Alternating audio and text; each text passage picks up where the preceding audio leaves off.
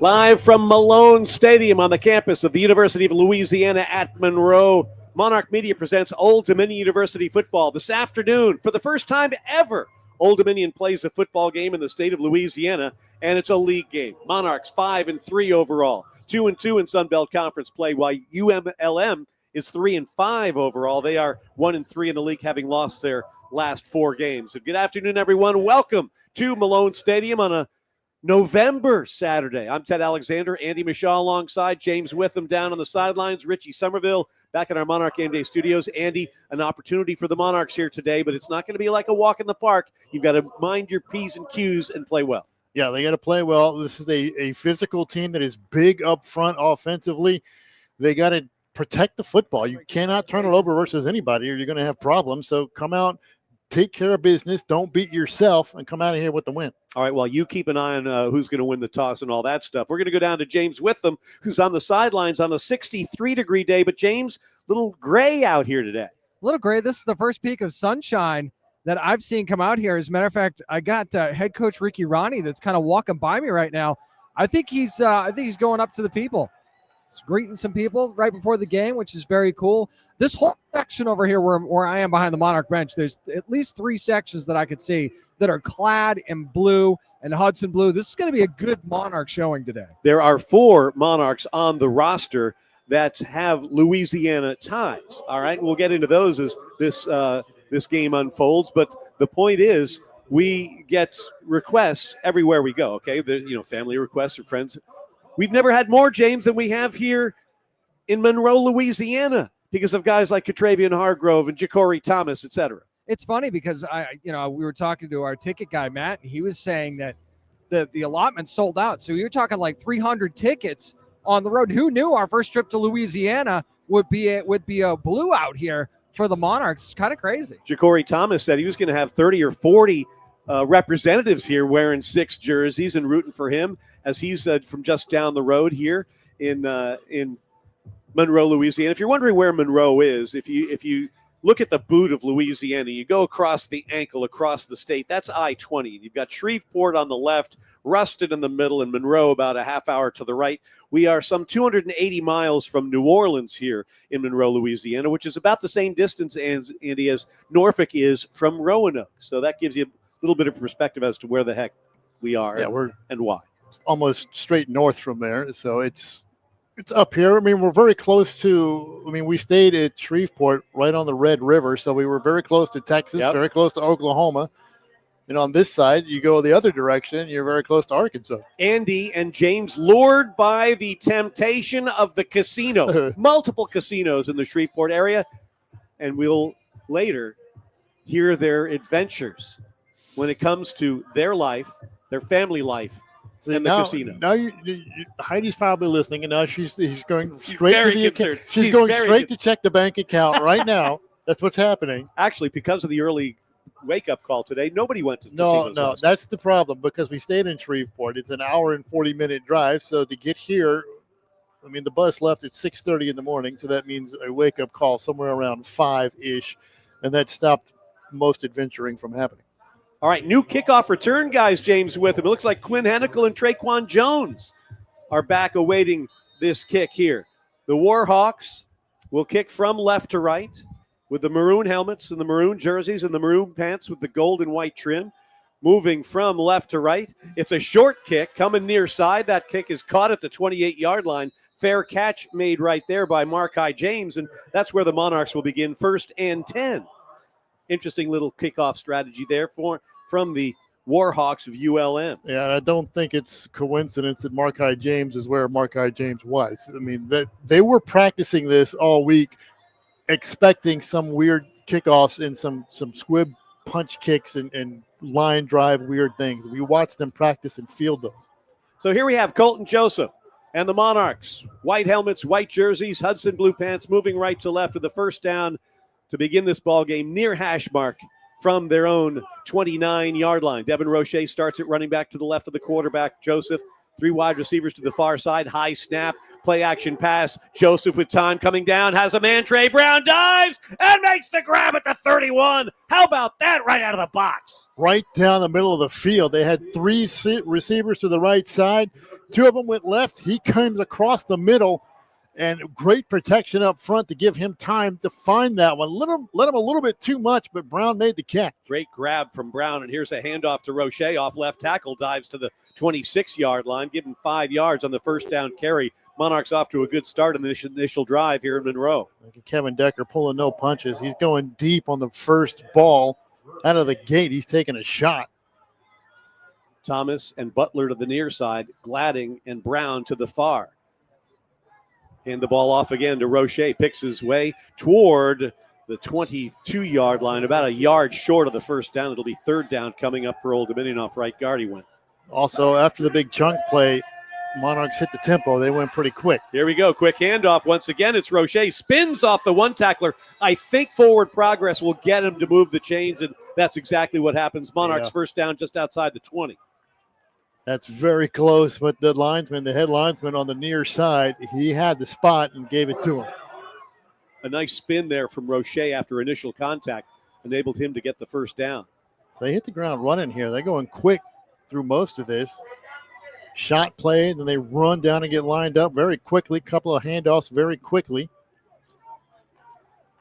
Joseph looking far side. Now dumps the ball over the middle. Incomplete, intended for Thomas. That was way behind him. They were not on the same page on that one. 2nd and 10 from the 20. Yeah, I don't know whether he thought Thomas was going to settle in there, yeah. But it looked like man coverage, so he should have kept running. And I don't know whether Joseph just completely missed him or he was expecting something different. 2nd down and 10. Monarchs moving right to left. First drive of the ball game, trying to get on the board first here in Monroe. First ever trip to Louisiana for ODU football. And here's Joseph. Steps back, pass caught. Gladding at the 13-yard line. Third down coming up in about 2. Naheem Abdul-Rahim Gladding comes in, the Monarchs' leading pass catcher, and that is grab number 39 for number 7. Well-designed play. They had Ja'Cory Thomas lined up, sort of the stack release. Thomas carries the deep coverage with him, and the slant comes right off of his hip, and Gladding. Here we go, Andy. 3rd down and 3 from the 14-yard line. Need the 10.5 to move the chains on this first drive. Butler in motion to the far side. Snap to Joseph, looking to throw. Dumps it over the middle. Pass incomplete. Broken up there nicely by Kelby Holmes.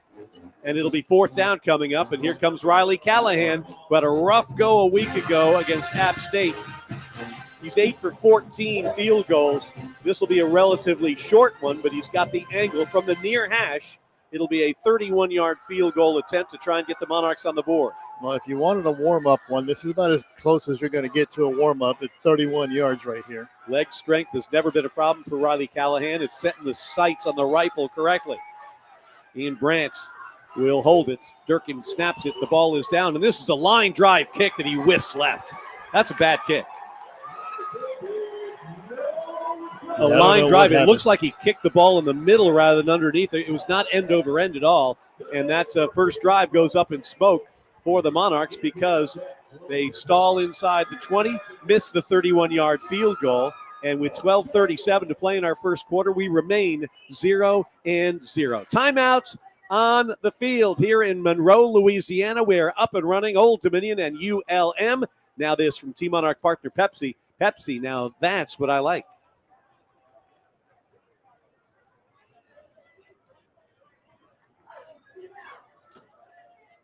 Well, not the best start for the special teams right there, as I mean, that one wasn't close. Yeah, I don't know what happened on that. I mean, it didn't look like it was too bad of a snap. Want to say hello to the folks watching on the stream. Andy always sits down underneath. That's how he can get to his computer. But we have to get him to stand up every now and then so we can see and say hello. Otherwise, he's going, what about my screen time? Well, they can't see you because you're sitting down all the time. I'm trying to get to the monitor to see a replay of the kick to see what happened. Well, it was no good. That's what happened. It was no good. Yeah, but that shouldn't have been no good. That was like really no good. Yeah, that was like a junior high kick. James, what did you see from your vantage point across the field? A really bad kick. All right, thank you. Obviously, his eyes are working just fine here today. It didn't look like anybody dropped the snap or a weird snap. No. There was nothing funky about it. the operation clean, the kick just not. But it seems correct. like That is like correct. he kicked the ball instead of here where it's going to go end over end, like He here. topped it. Yeah, almost topped it. I mean, that was just those are mine. He's smacking around, Yes, but I get the reference, and it's a good demonstration. I mean, if he's a golfer, he's just got the shanks right now, Yep. and it's tough. Well, and you'd think you almost couldn't set him up for success more. A short one. Yeah. Yes, it was on the angle, but still here, get your sea legs about you because they love they love the kid and they love the potential, but he's now 8 for 15.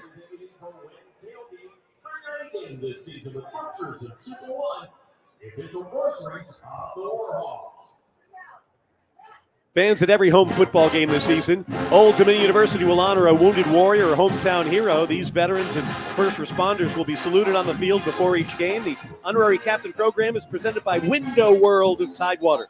Window World providing American-made products installed by professional craftsmen at guaranteed low prices. Monarchs back home a week from Thursday, November 13th, the Thursday nighter against the Troy Trojans. A huge league game and a big opportunity for you to get on out to Cornblau Field at SB Ballard Stadium and cheer on the Monarchs. That's Thursday, November the 13th. Don't forget, Sports Center's coming to Kaufman Mall that Thursday afternoon at 2 o'clock. We'll look forward to seeing you on the mall for a day full of fun and football with the Monarchs and the Troy Trojans. All right, here we go. First time having the ball, the ULM Warhawks, no score, 12:37 to play in our first quarter, moving left to right, and they pitch it near side. East and west, and then busting across for a short gain there on first down. Braylon McReynolds, he's the 5'7" redshirt junior from Mobile, transfer from South Alabama, averaging 5.8 yards a carry. Got about 4 there. James, you didn't see anybody get a hand on that kick or the bad snap. Is just a complete shank. Right? He just booted it, man. I kind of thought it was blocked at first, but as I was looking at the line, nobody seemed to get a hand on it. There's no directional change. He just booted it. Aiden Armenta is the quarterback for ULM. He claps the hands the ball off, and McReynolds goes nowhere with his second down carry. Third down coming up in about 5.5 for ULM in their initial offensive series of the contest. That's going to be a big part of this game right there. The O-line versus Old Dominion's rush defense, because if there is a problem with this defense, it is stopping the run. And they have had a difficult time doing that, giving up 180 yards a game almost on the ground. And this is the strength of this Warhawk offense. So far, so good, though. Chance to get off the field for Old Dominion as Dorian Lewis comes in at running back, stands to the right of the quarterback, Aiden Armenta. Need to get to the 30. What can they do here? After the Monarchs missed a field goal, third down for the Warhawks. Straight back to pass. Armenta steps up in the pocket. He's going to try and run for it, and he's got himself, I thought he had a clear path to the first, but no, he's taken down at the 29-yard line.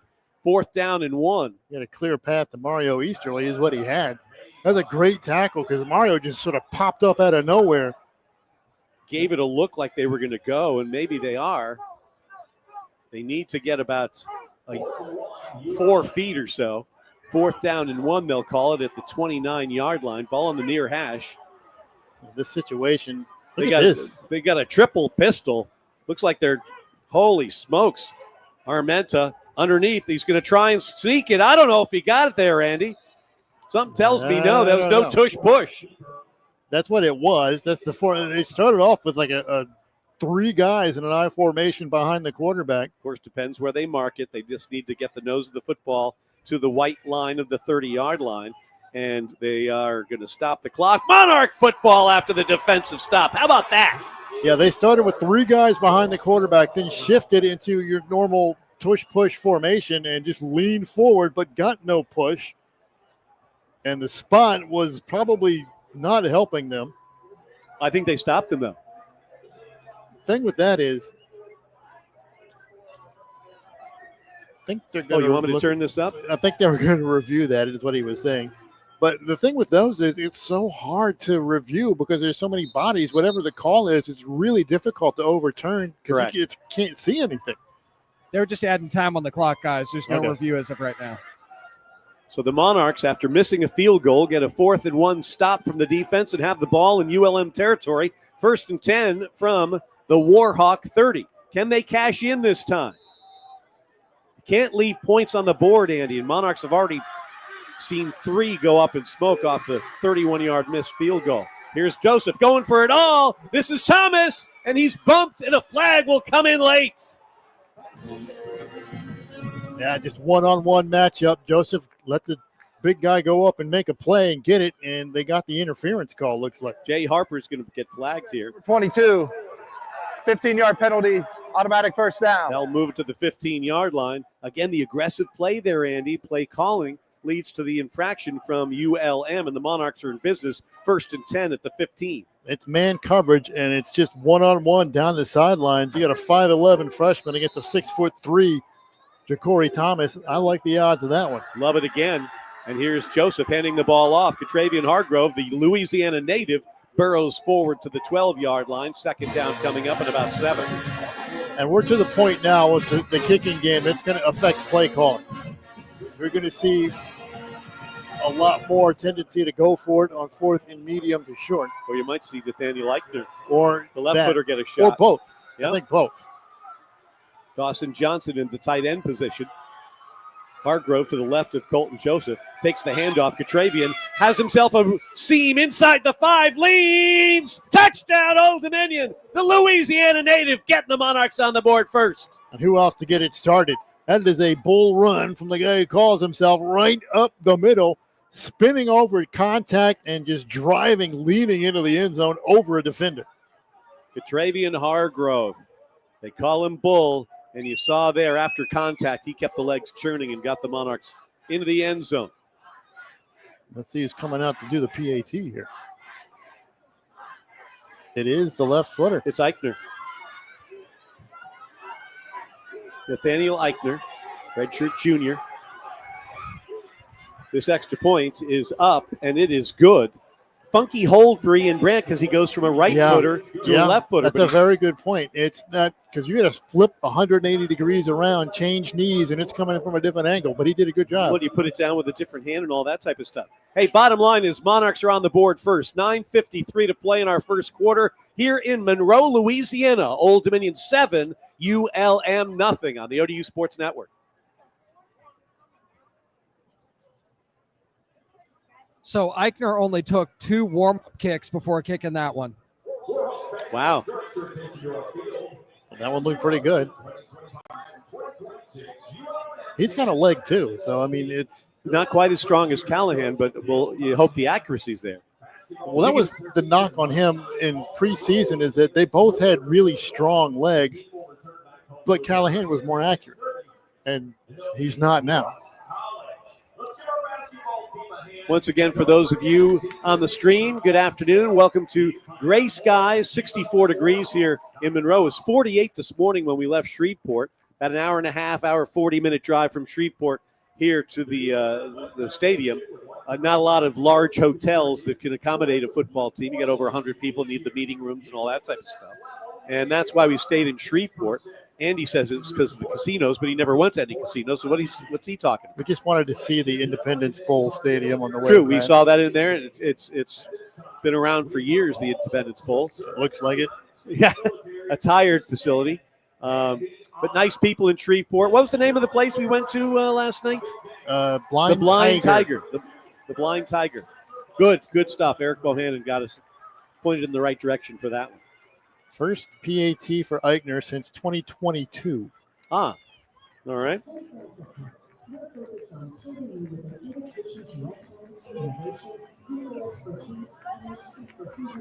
Seven 0 Old Dominion leads ULM. 9:53 to play in the first. Want to remind you that one kid's going to be chosen for every Monarch home football game to the Invest 529 kickoff kid. Now, they're going to be able to retrieve the football tee after the opening kickoff. Kids age 7 to 12 can register for the Invest 529 kickoff kid online at odusports.com under the fan promotions tab. Good luck, and we look forward to seeing you on the field on November the 13th. That's Thursday night football. ESPN and company coming to town that day, 2 o'clock for Sports Center on Kaufman Mall. Matt Berry will be down there. Hopefully Tom Luganbill, maybe Harry Lyles. That's the Thursday night crew that will be doing the game.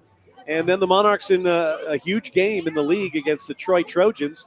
And that's the next contest after this one, Andy. Both teams, interestingly, are on a bye next week. Troy's coming off a bye. The Troy's Monarchs been rolling. A bye. Yeah, it's two relatively well-rested squads are going at each other, and it could be a huge game, especially in the East or in the West for Troy. We'll go down to our own sharp-dressed man there. James, a pretty quick switch at kicker. Eichner didn't get a lot of time there. Yeah, it was really interesting because I saw Eichner warming up, and he just took 2 warm-up kicks into the net before coming out and having to kick that one. It's pretty impressive. Jake Godfrey, one of the Warhawks, back to receive this Eichner kickoff. He's got it on the far hash mark, and he puts the left foot into it. End over end kick that's going to be short, and a fair catch is called for at the 9-yard line. That's probably a good call because even though it was short to the 9, it was into the corner, which is where the coverage was headed. And you'll take that. And they'll mark it at the 25-yard line, and that's where the Warhawks will begin their second possession. Monarchs' first possession got into the red zone, missed a 31-yard field goal. Defense came around and stopped ULM on 4th and 1 from the 29. Deep in their own territory. Then Catravian Hargrove scores the touchdown for ODU. Extra point good from Eichner, and it's 7-0 Monarchs here with 9:53 to play in the first quarter. And that play call, by the way, we didn't get too much into it, but going for it on 4th that deep is just a team who's got nothing to lose. Armenta comes near side, passes completes, and a nice open field tackle made there by Nikendre Steiger at the 20-yard line. Loss on the play. Steiger was really the only guy. They were blocking that screen up pretty Offside. well. Defense number 94 was lined up in the neutral zone. 5-yard penalty, first down. So instead of a 4-yard TFL, it's a 5-yard penalty against Ricardo Williams Jr. and the Monarchs. 1st and 5 for the Warhawks from their own 30. Well, there went that.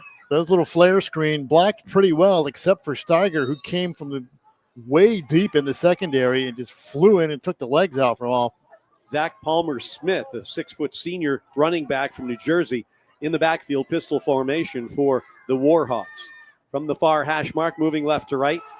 He hand the ball off, and a nice gain after the 35-yard line, just about 10 yards there for Palmer-Smith, who averages 6.3 a carry, and we've got another flag down. That came in way late from the side judge, who was 20 yards away and on the opposite side of the field from where the ball was. I don't know what this is.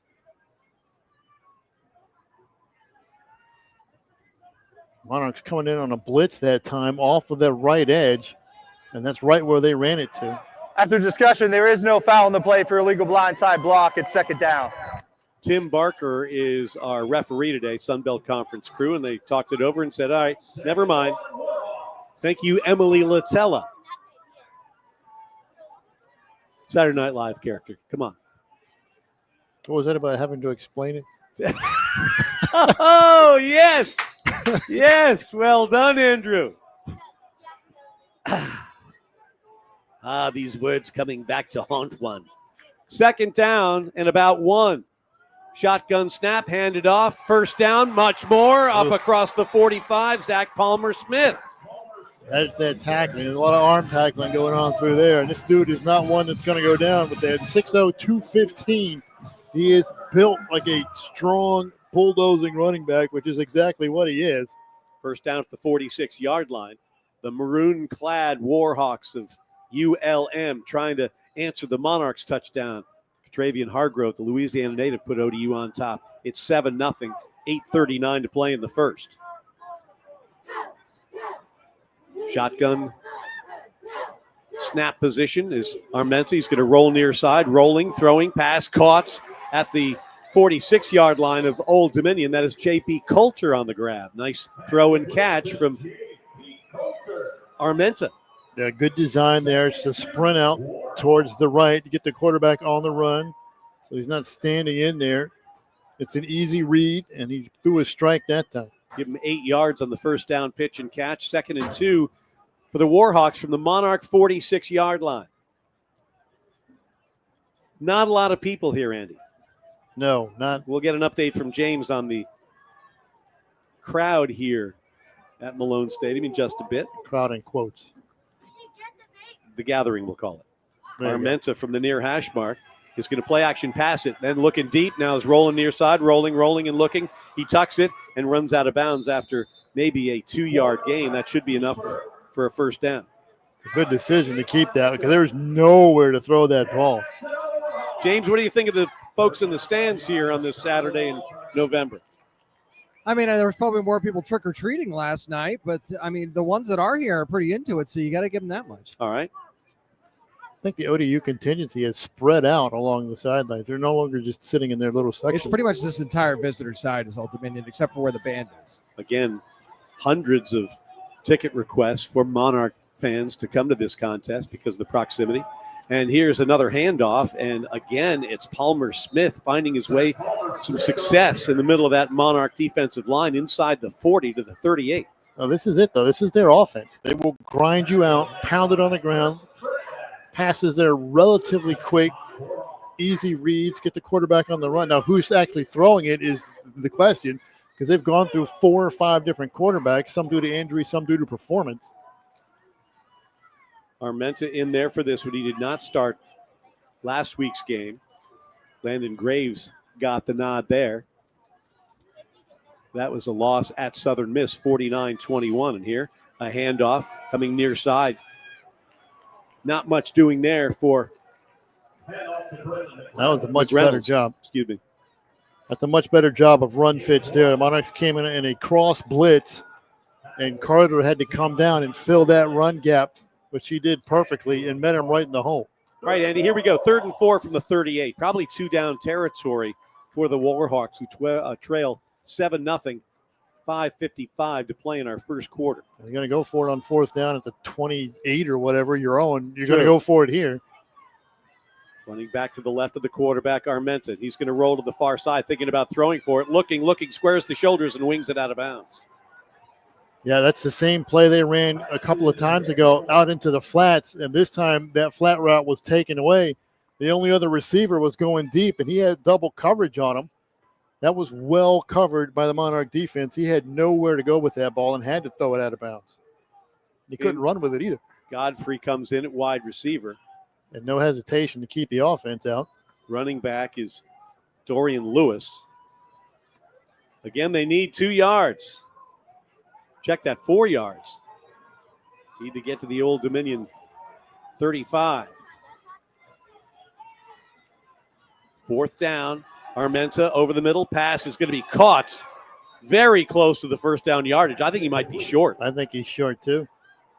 Catch was made at the 35, but I'm not sure if he got far enough. I think that'll be Monarch football. Another 4th down stop for the ODU defense. How about that? A double slant route. They try to hit the follower, the trail guy, after the first one comes through, takes away the coverage. Route was there, throw was there, but he just didn't get deep enough. He's a yard short, and the coverage was run on his hip, so he had no chance to run after. Maybe it was John Madden that said this years ago, Andy, but if you're going to complete that pass, you've got to get the first down. You've got to go run the route far enough, so if you complete it, you move the chains. The Warhawks did not there, and the Monarchs take over 1st and 10, still leading 7-0. And it was pretty close, press, tight coverage, too, so it wasn't like he was just going to give up the yardage, but, yeah. Joseph. Another play-action pass, rolls to the far side, directing traffic, chucks the ball, complete to Trey Brown out across the 40 at the 42-yard line. I think he may have been out of bounds and came back in, but he reestablished. He had a couple of feet in before he touched it. So that's going to be okay. All right, thank you. Thank you for supplying alarm where one was necessary. None was. 2nd and 4 will take the 6-yard gain on 1st down. Joseph again. He's going to run for his life. Makes a man miss. Has some room on the near side. 50. Colton Joseph into Warhawk territory. Flag comes flying inside the 40, inside the 30. He's going to go for a touchdown, but we'll see if the flag is against Old Dominion back at midfield. I think they're going to call a blindside block on Gladding. Well, yeah, Gladding is there. Barlev is both standing there. There's 2 flags at Naeem's feet. Offense, number 7. 10-yard penalty, 2nd down. And they'll bring it back. Instead of a 1st down and perhaps a touchdown, it's 2nd down and long for the Monarchs. Well, that was right where that run turned into something. A big one. Yeah. But again, we saw Colton Joseph. Haven't seen the explosive running out of him lately. Yeah, he got him. Watching the replay, he was fine until the corner started to turn away from him. And then you got to let him go. When he started to turn away from him, he still had his hands on him, and they're going to throw that every time. because the jersey starts to pull and everybody can see it. Second down, it's just 5 because of the spot of the foul, etc. From the Yeah. 40-yard line. Monarchs moving right to left with a 7-0 first quarter lead, 4:55 to play. Play action pass, going for it all down the near side. That's Ja'Cory Thomas making the catch at the 20, inside the 10, down to the 6. Oh, what a wonderful pass from Joseph into the lap of the Louisiana native. Again, they've seen the matchup. It's one-on-one. We're putting it up. We're going to let Ja'Cory go get it. And he had several steps on him, and it was a very good throw, like you just said. First and goal, Old Dominion from the ULM 7-yard line. Monarchs trying to build on a 7-0 lead here with 4:25 to play in the first quarter.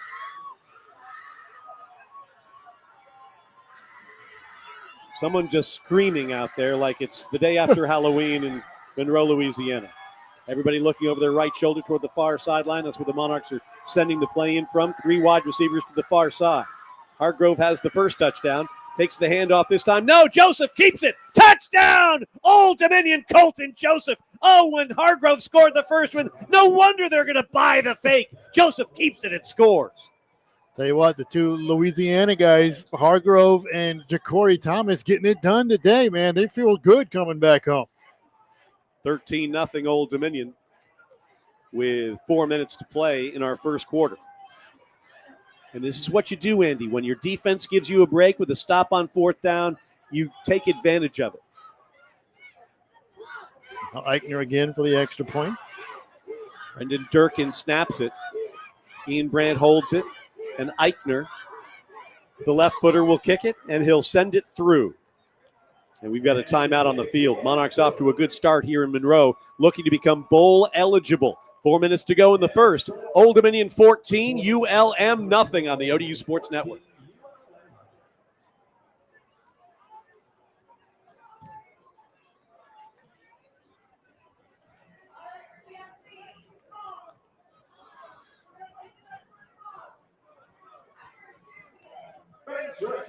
The field as we announce our 6 practices have Warhawk at the game. Hargrove Love. Wow, 26-20, Miami beats. No, SMU beats Miami. What happened to the Canes? Secretary of Social Services. 2 years later, she transitioned to a postal clerk in surgery. And 1984, No, that'll do it. I believe it's called Cristoballing.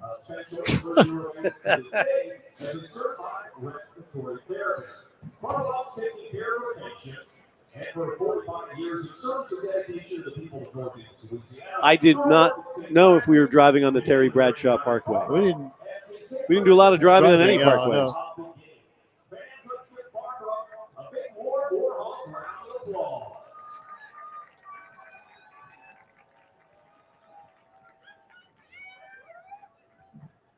The ULM cheerleaders are under the leadership of national champion coach and head coach Sammy Spivey Tucker. A powerhouse squad of 30 athletes is led by captains Steve Moore and Freddie Lewis, along with co-captains Taylor and Aaron Harding. These athletes bring the spirit home. They also represent the Warhawks on the national stage, competing in Orlando at the National Collegiate Cheer Championships in the small co-ed division, where they're the reigning national champions. Warhawks turn their attention to the north end of the field. It's time for high flying, crowd pleasing. So far, so good here in beautiful Monroe, Louisiana.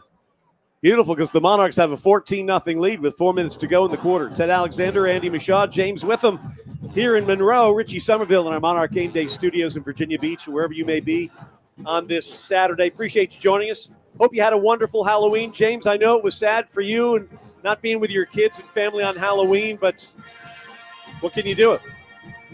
Well, I mean, at least if you're not going to be there for Halloween, the Monarchs better put on a good show and bring home the W. And right now, it's looking pretty good as far as that goes. This is the fast start that this team needed.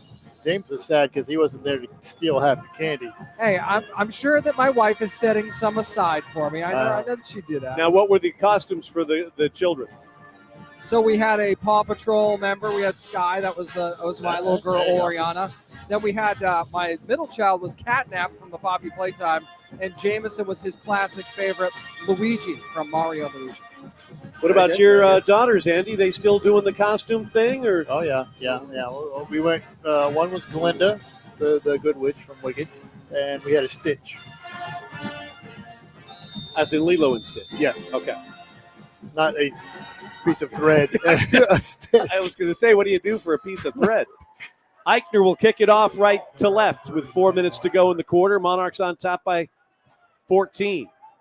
End over end kick. Fair catch called for and made at the 6-yard line. And you'll take that. They'll put it to 25, and that's where the offense will take over. You know, Andy, we take a look at some of the numbers from this game in the early going, and it's all ODU. Well, what you see is this is not a great ULM pass defense. That's their weakness. They give up close to 250 a game. Kevin Decker has come out to go right after it, too. They have come out and gone bombs away. Average completion has been over 15 yards per completion. So they are going downtown and just putting the secondary to the test. And so far, the Monarchs have got 2 big completions and a pass interference. So total yards so far, 47 to 44. Old Dominion, that's 147 to 44. And here's Armenta rolling near side. Has a lot of time. Picked off at the 40-yard line. Oh, look at this. It's Zion Frank with another INT at the 33. They threw it right to him. They hit him right dead in the middle of the 6. He didn't even have to move. I mean, a little bit of pressure on Armenta, but he's on the rollout. I mean, Frank was underneath him. The safety was over top of his receiver. There's nowhere he was fitting that ball in there. And there was no duress. I mean, he was wide open while he was rolling near side, and he threw it right to Zion Frank, who gets the first turnover of the day for Old Dominion. The Monarchs now can see if they can step on the neck a little bit in the first quarter, already leading 14-0. And that receiver is bracketed. There's no way you're getting that in. The only thing I can think of is he's trying to put some touch on it to get it over Frank. And Isles was the safety who's right behind the receiver. He was just, I guess, trying to float it in there, but he hit him right dead in the chest. Frank, a game-high 13 tackles last week against App State, now with his first Old Dominion interception. 1st and 10, Colton Joseph of the Monarchs near hash mark, the ULM 33-yard line. Joseph hands the ball off, and Roche goes up the middle inside the 30 to the 28-yard line. Nice gain on first down for Devin Roche. Nice little stutter move right at the point of attack there. A little hesitation, and he jumped to the outside. Found extra space. Ball's right in the middle of the football field as ODU travels right to left. White helmets, white jerseys, Hudson blue pants. 2nd down and 5. They're leaving press coverage man again. Another play action pass. Joseph over the middle. Pass caught. Gladding inside the 5 to the 3. 1st and goal, Old Dominion. That's what's going to happen. They're going to leave man coverage out there. He's going to do that over and over and over again. Kelby Holmes on the tackle to save the touchdown. 1st and goal, Old Dominion. Roche to the right of the quarterback and far side. Pass caught. Gladding. Touchdown, Old Dominion. Naheem Abdul-Rahim Gladding. Another touchdown for ODU. That is his 7th. Flags all over the place over there. Came in late. The ruling on the field is that the ball was caught beyond the line of scrimmage. Pass interference. Offense. Number 2. 15-yard penalty. 1st down. Yeah, they like to do that. When they pick up big chunks like that, oftentimes they will race up and throw that quick little bubble smoke screen.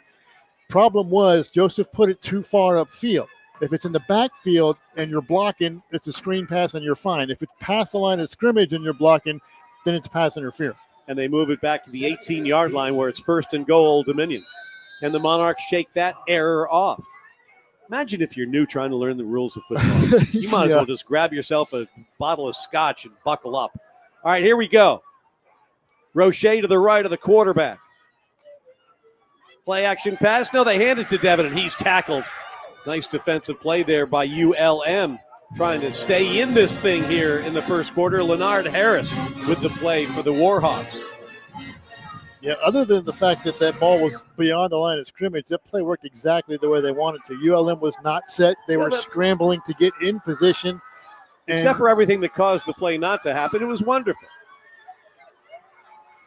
I'm saying if that ball's behind the line of scrimmage, it's a brilliant play and a touchdown. And it's just about a 1.5 difference is what you're saying. All right, from the near hash mark, 2nd and goal from the 17.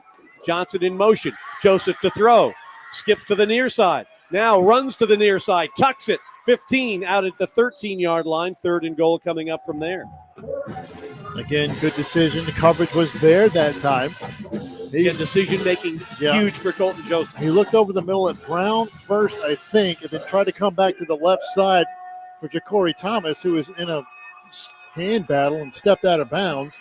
And at that point, you just got to take off with it. Trey Brown, Naheem Abdul, Raheem Gladding to the far side. Ja'Cory Thomas to the near. Dawson Johnson flexed off the near side at tight end. Roche, the running back. Joseph, the quarterback, with the football, looking over the middle. Bouncing, throws it over the middle. Pass too high for Johnson, who was open. Yeah, he was, too. Zone coverage, one of the few times they've gone to zone. We'll look and see if they're going to run more zone after they get burned so many times in man. But he had to hold it for a little bit. I think he was looking at the underneath route, which would have been Thomas.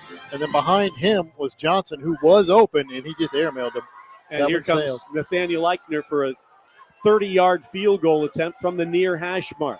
This is almost the exact same spot on the field that Callahan missed the first one. Trying to extend the lead. This field goal is up, and Eichner has his first field goal as a Monarch. Nathaniel Eichner extends the lead to 17-0 with that 30-yard field goal. 1:35 to play here in the first quarter, and I would think a little bit more bounce on the step of the sidelines, James, with him, because when you make the move to get into the red zone, you've got to get points, and they did that time. Yeah, and how about a little bit of bounce from the kicker and Eichner, where they've been kind of struggling at that position a little bit, and to be able to make a field goal from, like Andy said, about the same spot on the field. I mean, that's going to make you think you can kind of do anything at this point. Well, Andy, it's all about execution. If you got to get the job done when you're called upon. 3 kicks, 5 points. He'll take it. Yep, no doubt about it. 17-0 Old Dominion. Eichner's also forced a couple of fair catches in the kickoff department. We'll see what happens this time around. Jake Godfrey, one of the return men. So ULM making mistakes. The Monarchs have had outstanding field position with the interception and the fourth down. Stops, 2 of them. Stopped, yeah, and they've taken advantage of them. Here's Eichner. Again, he goes toward Godfrey, who makes the fair catch at the 4-yard line. And it'll be another 1st and 10 from the 25 for ULM. Monarchs have the bye week after this one. Next in action November 13th. It's a Thursday night, 7:30 kickoff against the Troy Trojans. And if you're interested in attending the evening festivities on the campus of Old Dominion University, go to odusports.com/tickets. We've ordered up good weather. They said, yeah, that'll be fine. And we hope that they deliver. Speaking of which, is that the sun coming up? Ooh. A little bit? Mostly cloudy all day today. Beautiful sunrise. Wish I hadn't been awake to see it. And here we go. Armenta hands the ball off. Short gain on 1st down for the Warhawk running attack. And they got it to McReynolds. Well, so far the numbers have been very accurate on this ULM team. Both sides of the ball. Not very good defending against the pass. The Monarchs have torched them, and they're not very good throwing the pass, but they have been good running it.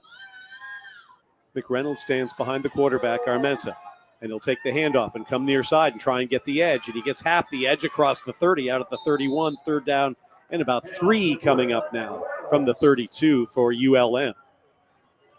And if they're going to have any say in this game, they're going to have to win on 1st and 2nd down, which is what they've done. From the 32-yard line, it's 3rd down and 3. Need the 35, and they brought in Zach Palmer-Smith at running back. 1st downs, Monarchs 8-2 in that department, and they lead at 17-0 with 32 seconds to play. Power formation. I think it's a full house. Snap to Armenta, hands the ball off, and this is spun down before the yardage necessary as Zach Palmer-Smith. That's good defense. 4th down. Come on, you aren't going to go for it here. They might. They had a full house backfield in there with 2 tight ends. Came up craps as lead blockers, and he just went the complete opposite way of where those blockers went. They'll let the time in the first quarter go to 0. This is the end of the first quarter. So, Monarchs 17 and ULM nothing. 15 minutes in the books. A decision for head coach Bryant Vincent and ULM. Go for it again on 4th and 2 from your own 33 and give the Monarchs an opportunity to stop you for the third time, or kick it away and let an explosive offense go back to work. We'll find out the decision when we continue. Monarch football, 17-0 after 1 here at ULM on the ODU Sports Network. Andy, do you go for it if you're Coach Vincent and ULM 4th and a long 2 short 3 from your own 32? You're down 17-0. I wouldn't. I mean, you haven't brought the punt team out, but your defense hasn't put up much of a resistance either. So, James, what about you? I mean, to be fair, I wouldn't have gone for it the first time they did, but I think you got to punt. I think going for it's what dug you this hole in the first place. And you keep giving the Monarch offense short fields. You're just begging to be way behind before the second quarter gets too far down the road. So I'd punt it. I would. Yeah, you have to kick it. Despite your defense not putting up a whole lot of resistance, you know the Monarchs' tendency is to cough it up. And if you start playing a little bit of field position, you hope they do that, and then maybe you can get back into it. 183 to 52 total yards in the first half. That's pretty impressive. They've hardly had the ball. I mean, turnover on downs, turnover on an interception. How long was that Hargrove touchdown run?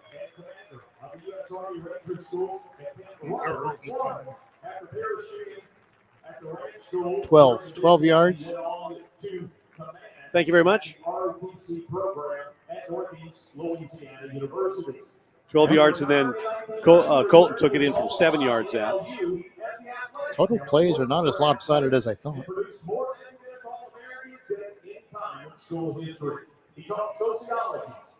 Monarchs a 17-point first quarter. We had the quarter number 2 with Old Dominion leading at ULM 17-0. Travian Hargrove, a 12-yard touchdown run, capped off a 3-play, 29-yard drive after the ODU defense stopped ULM on a 4th down. Colton Joseph, a 7-yard rush. That capped a 4-play, 65-yard drive, made it 14-0. And then Nathaniel Eichner, a 30-yard field goal, 6 plays, 21 yards, and 2:16. So here we are, 17-0 for Old Dominion. Andy, you're looking at some of the numbers from the first half. What jumps out? The yardage you were talking about, 183 to 52 total yards. The plays aren't as lopsided as I kind of thought they would be. Feels like Old Dominion's had it the entire quarter, but it's 19-16 as far as offensive plays in favor of the Monarchs. But 0 for 3 on 3rd down for ULM and 0 for 2 on 4th down, combined with the interception, and there's the difference. Today's Food for Thought is brought to you by Food Lion. And Andy, as we get set to start this second quarter, Monarchs up 17, what should we be thinking about from an Old Dominion standpoint? And just keep going. I mean, you're doing exactly what you should be doing on paper. You're attacking their weaknesses, and they haven't been able to stop it yet. You're making them throw it, and they threw an interception. You're playing the run really well, which makes them have to throw it, and then they've got issues. And they're going to go again here on 4th and 3. 4th and a 2. Long 2, short 3. Zach Palmer-Smith dotting the I in the I formation. Aiden Armenta is the quarterback, trying to draw the Monarchs off. They aren't buying with 3 down linemen. Now they're going to turn and fake the handoff and throw it, and the man makes the catch and a first down across the 40-yard line. Nice play right there. Julian Nixon, the tight end. That's a good play design because they've been running it right between the tackles all afternoon, and they've good play fake, and Nixon just slips outside. He's the receiving tight end, and they also have Nate Sullivan, who was a good receiving tight end, but then they got Ryland Green, 6'4", 270. He's actually more of an extra tackle offensive lineman than he is a tight end, but that one, good play by Nixon. First down from their own 40-yard line, moving right to left in the second quarter. You hand it off, and here comes the big fella, Zach Palmer-Smith, inside Monarch territory, brought down at the 40-yard line by Mario Easterly, and they start chirping a little bit. That's an energy run right there. Good blocking at the point of attack, and then he just trucked somebody in the middle of the open field, ran through him, kept going for another 6 or 7 yards before Easterly finally got him down. Ball's on the near hash mark as the Warhawks move right to left toward the end zone where all the points in this game have been scored, 17 by the Monarchs. They're hoping to get a little bit of that flavor here in quarter number 2. First down from the Monarch 40. And why not? Play action pass. No, they hand the ball off again to Zach Palmer-Smith. Look at the faking from afar. We buy it hook, line, and sinker. They'll give him 5 yards on the first down carry. No, it is a far, so I'll give you that one. We are up in the air and a little bit off the sidelines here. Well, it's a little weird because the flags that mark the ends of the chain gang and the color of the Gatorade things and the hand trucks over there, they're all the same color. So a world of mystery here in Monroe, Louisiana. Yeah. Second down from the 35-yard line. 2nd and 5, ball in the middle of the football field. And you hand it off again. Contact behind the line of scrimmage, but McReynolds keeps on moving the legs and turns a little nothing into a couple of yard gain. Yeah, not much there, but it should have been about a 7-yard loss. Yeah. Pretty good job staying alive. Like Trinidad had him, and he just got ankles and not enough. 3rd down and 3 for the Warhawks from the Monarch 33-yard line.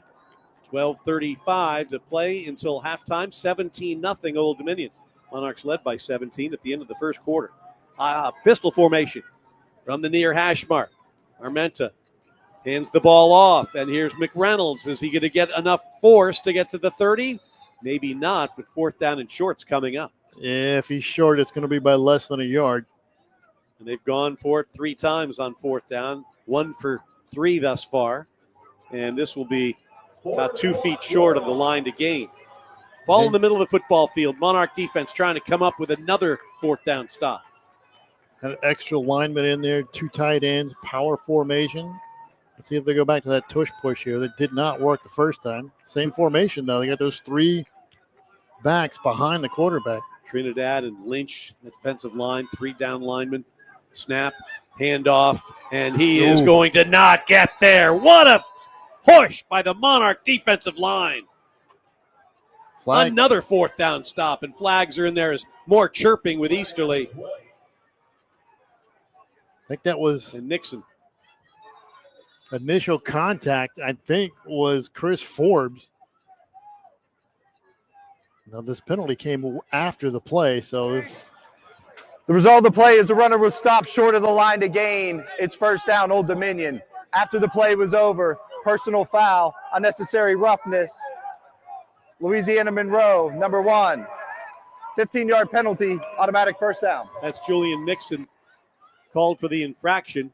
Easterly keeping his cool there, and the Monarchs will get 15 yards out of the deal and begin the next drive out near their 45-yard line, already leading 17-0. I mean, the rush defense has been the Achilles heel for this Monarch defense, but today it has shown up. This is a good running attack for ULM, and so far they have been stonewalled in short yardage.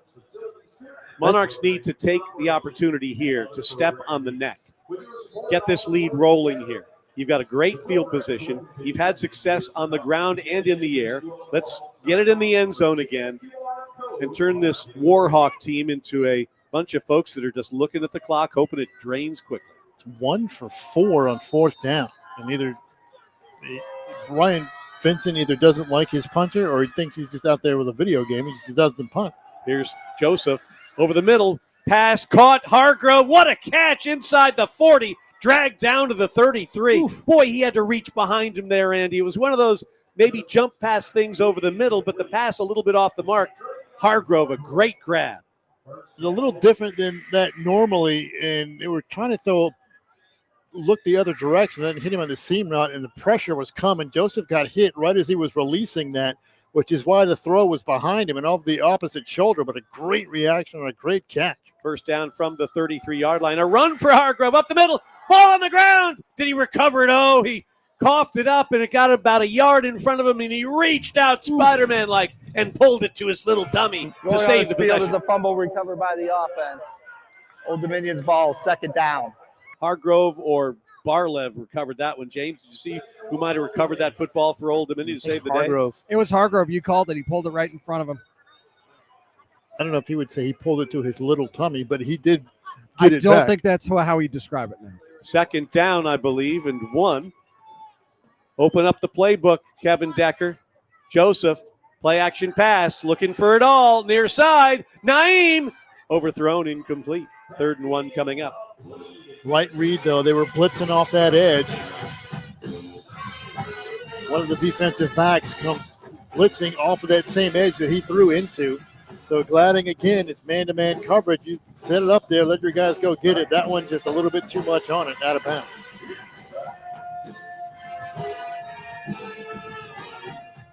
Third and 1, they might go for it on fourth if they don't get it here. Why not? Ball's on the 24-yard line. You hand it off, and it looks like they've got enough for a first. First down, Old Dominion, 23-yard line. Yeah, Roche just lowering the shoulders that time, trusting his old line. Gets enough for the first down. Joseph sends 3 wide receivers to the near side. Tight end Butler's tight on the far end of the line next to Barlev at the left tackle position. Roche to the left of the redshirt sophomore quarterback, and he takes the handoff and goes up the middle. Devin Roche upended at the 15, gets down to the 14-yard line. Second down and about a yard and a half coming up for Old Dominion. Another good play design. As you were talking about Butler being on the edge of the line there, and he goes out in motion very late, and then they snap it almost right after. So the linebacker that's following the tight end is in no condition to react to a run up the middle. Same formation. Joseph keeps it this time, and he's gone this time again. Second touchdown of the half for Colton Joseph. This one goes for 14 yards and a Monarch score. Power. It's a power run on a power play. They just brought the guards, a couple of linemen pulling across. He follows right in behind him. They cleared a big hole for him, and he walked through there almost untouched. Again, the decision made at the mesh point there, Andy. You send Roche off to the right side or keep it yourself off the left? I think that was almost designed for him to keep that, because all the guards pulling to the left side where he went, that's window dressing for Roche to get the linebackers going that way. And then the rest is just on that line who just cleared a big old hole. Eichner for the extra point, and this kick is good. And with 9:09 to play in the second quarter, Monarchs in control. Defense getting stops on fourth down. That's 3 times in the first half, and the Monarchs cashing them in. 24-0. Old Dominion leads ULM from Monroe. This is the ODU Sports Network.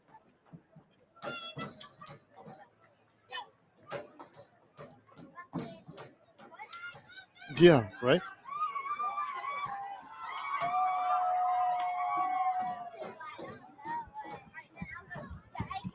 Ladies and gentlemen, director of digital at Field, where we are welcoming our 2025-26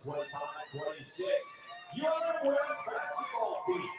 Our basketball team is led by first-year head coach Tommy Fletcher. Women's basketball opens the season Monday night.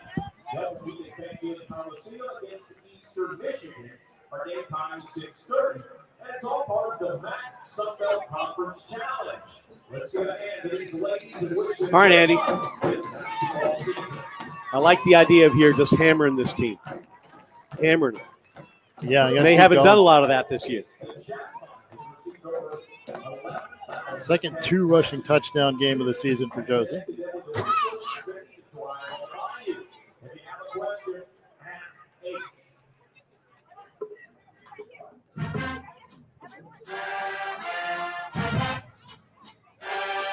Name the other 2 touchdown run game for Colton Joseph. You get 5 seconds. 1, 2, 3, Indiana. 4. Correct. Oh, it's 4.1 on the. You almost shanked that one. I did not. I had to turn the mic on. No, I'm talking to Andy. Okay. But I got it right. You did.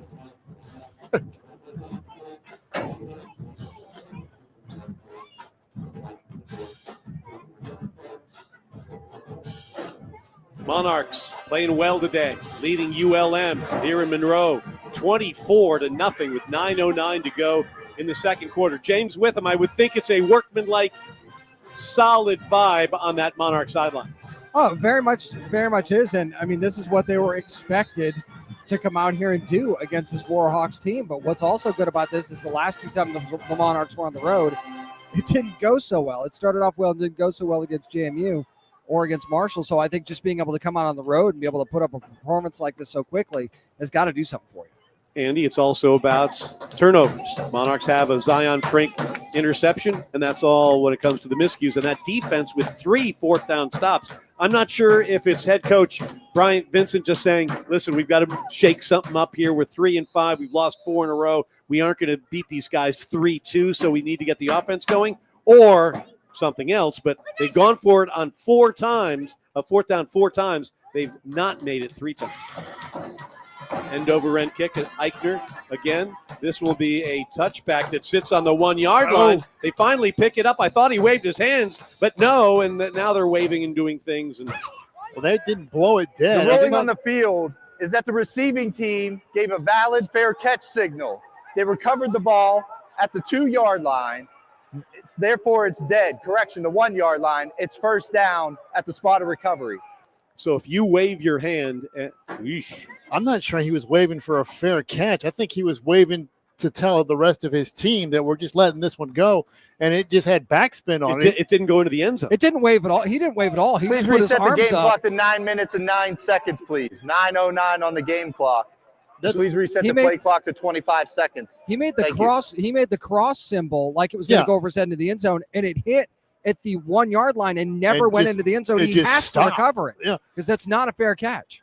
I don't know why they called it a fair catch, because he's signaling to the rest of his blocking unit that I'm letting this one go over my head through the back of the end zone, except that it stopped on the 1. It didn't move. Aiden Armenta and the Warhawks 1st and 10 from their own 1-yard line, and you hand the ball off and barely getting outside. Preventing a safety, I believe, is McReynolds. He got 1 yard on that, but there wasn't a lot of room. Actually, that was Palmer Smith who barely got away from the goal line. 2nd down, call it 10 from the 1. Although give him the 2 on that, 2nd and 9. Another chance for the Monarchs to get some good field position here. They can just shut down this Warhawk offense. Pistol formation. Aiden Armenta moving right to left. His team down 24-0 here in the 2nd quarter. Another handoff, and we've got whistles and flags. False start. That's on Palmer Offense, Smith. number 6. Half the distance to the goal line. 2nd down. He was leaning, trying to keep his balance, and then at the last second, he went too far. It's the skier coming out, trying to get the momentum going forward before they hit the timer. Like I've ever skied with a timer before. They'll move it half the distance, so it's back to the 1. 2nd and 10 from there. Well, I haven't skied without a timer or anything It's been else. You've never skied? What is it with Ted and timers? Snowboarding once. Okay. Pistol formation. And we've got more flags flying. False start. Offense number 85. Half the distance to the goal line. 2nd down. You can understand the anxiety here, James, because the Monarch defense almost got a safety on the 1st down play, and they're even closer to the end zone now. And, I mean, all those times you didn't get it on 4th down, and now you're in the shadow of your own goal line. This team's a mess right now. From the pistol, Armenta. Play action pass. Looking deep. Down the middle. Has a man. Half a step. Pass caught. 45-yard line. What a play there. Nick Trujillo. That was a great pass. I mean, good play fake, good route. Trujillo. 16th catch. He averages 11 yards. That one a few more than that. Like, how about 44 yards on that one? That's his longest catch of the year. There's no safety there. I mean, it was just man across the board. Move it out to the 45-yard line. Halfway through the 2nd quarter, Old Dominion 24, ULM nothing. Here in Monroe. First time the Monarch football team has ever played in the state of Louisiana. And here's a handoff. Nothing doing there for Zach Palmer Smith. Just pasted at the 45. Yeah, they're swarming to the ball. This is the way they tackled against Virginia Tech. This is the way they came out and swarmed to the football. 2nd down and 10 coming up. You get Trujillo just on a one-on-one route over the middle. They had 2 receivers, so it was all or nothing there.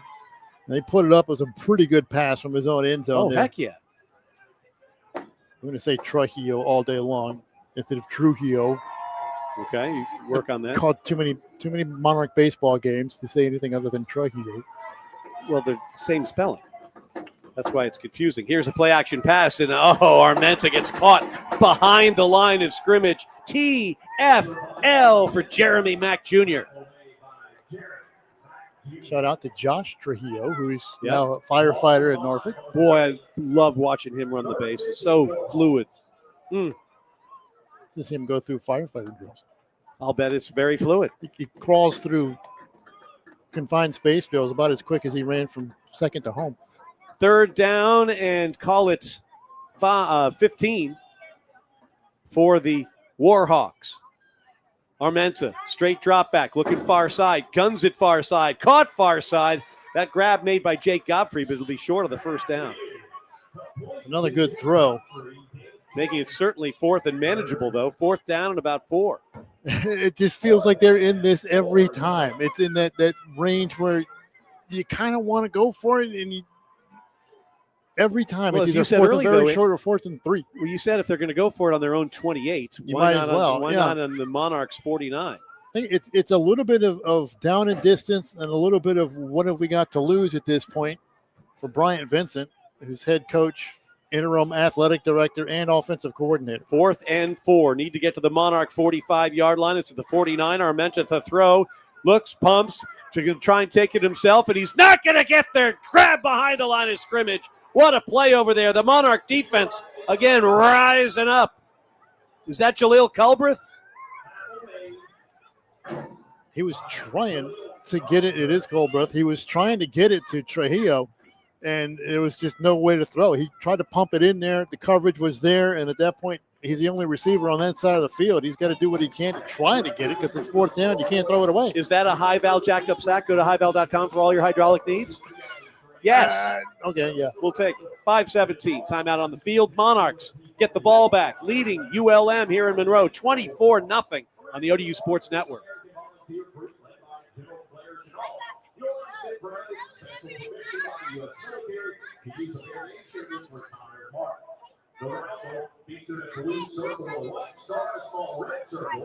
Want to say hello to those of you checking in on the stream. ODU Athletics Facebook page, ODU Athletics YouTube channel.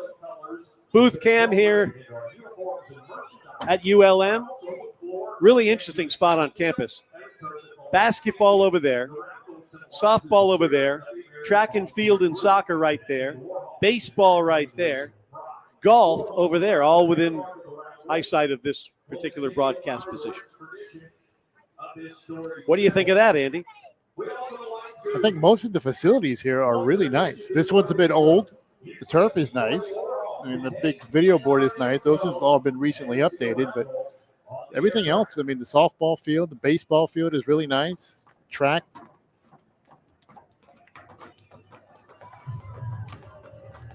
Thank you, Richard.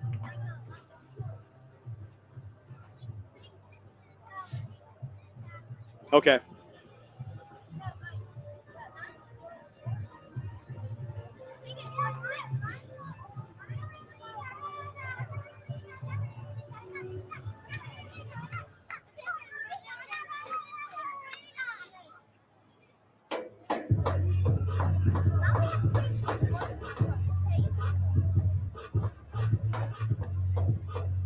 Monarchs trying to become bowl eligible. Remember, you have to just have at least 6 wins to be in the bowl conversation. If there are too many teams with 6 or more wins, then the first ones off the boat are going to be the teams with the 6 wins. Monarchs want to get this one to get to 6 wins, but then when Troy comes to town, or they go to Georgia Southern, or they host Georgia State, or whatever, they're going to want to get more W's. But you want to get bowl eligible, and that can happen here today. It would be the earliest on the calendar if the Monarchs ever became bowl eligible as they look for win number 6.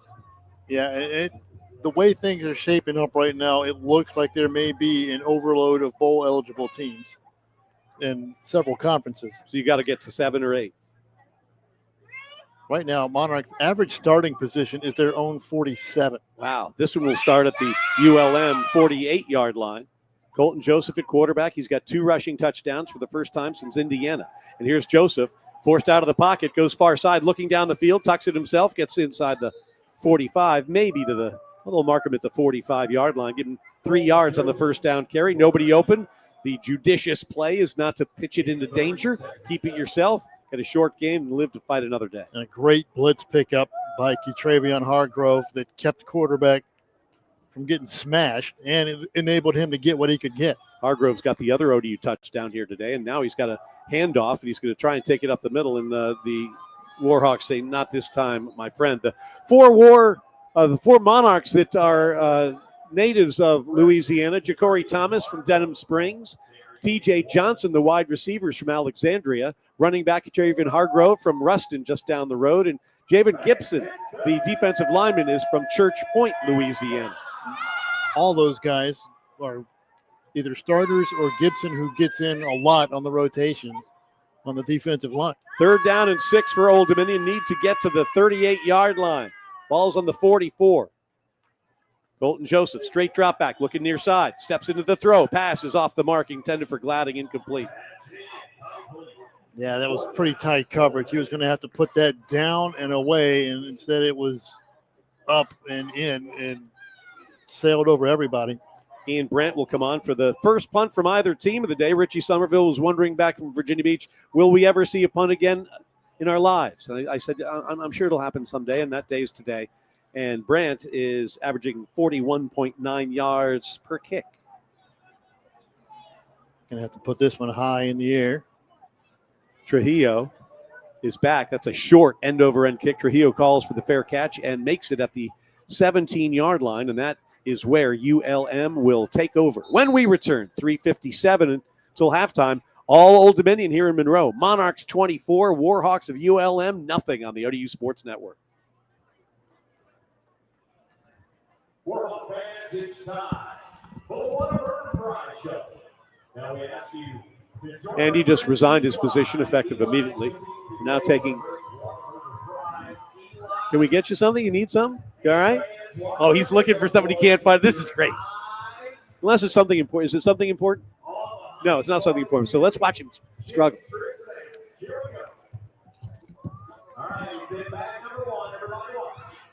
Andy can't find. What are you looking for? Your napkin? You need a napkin? Here. You want this one?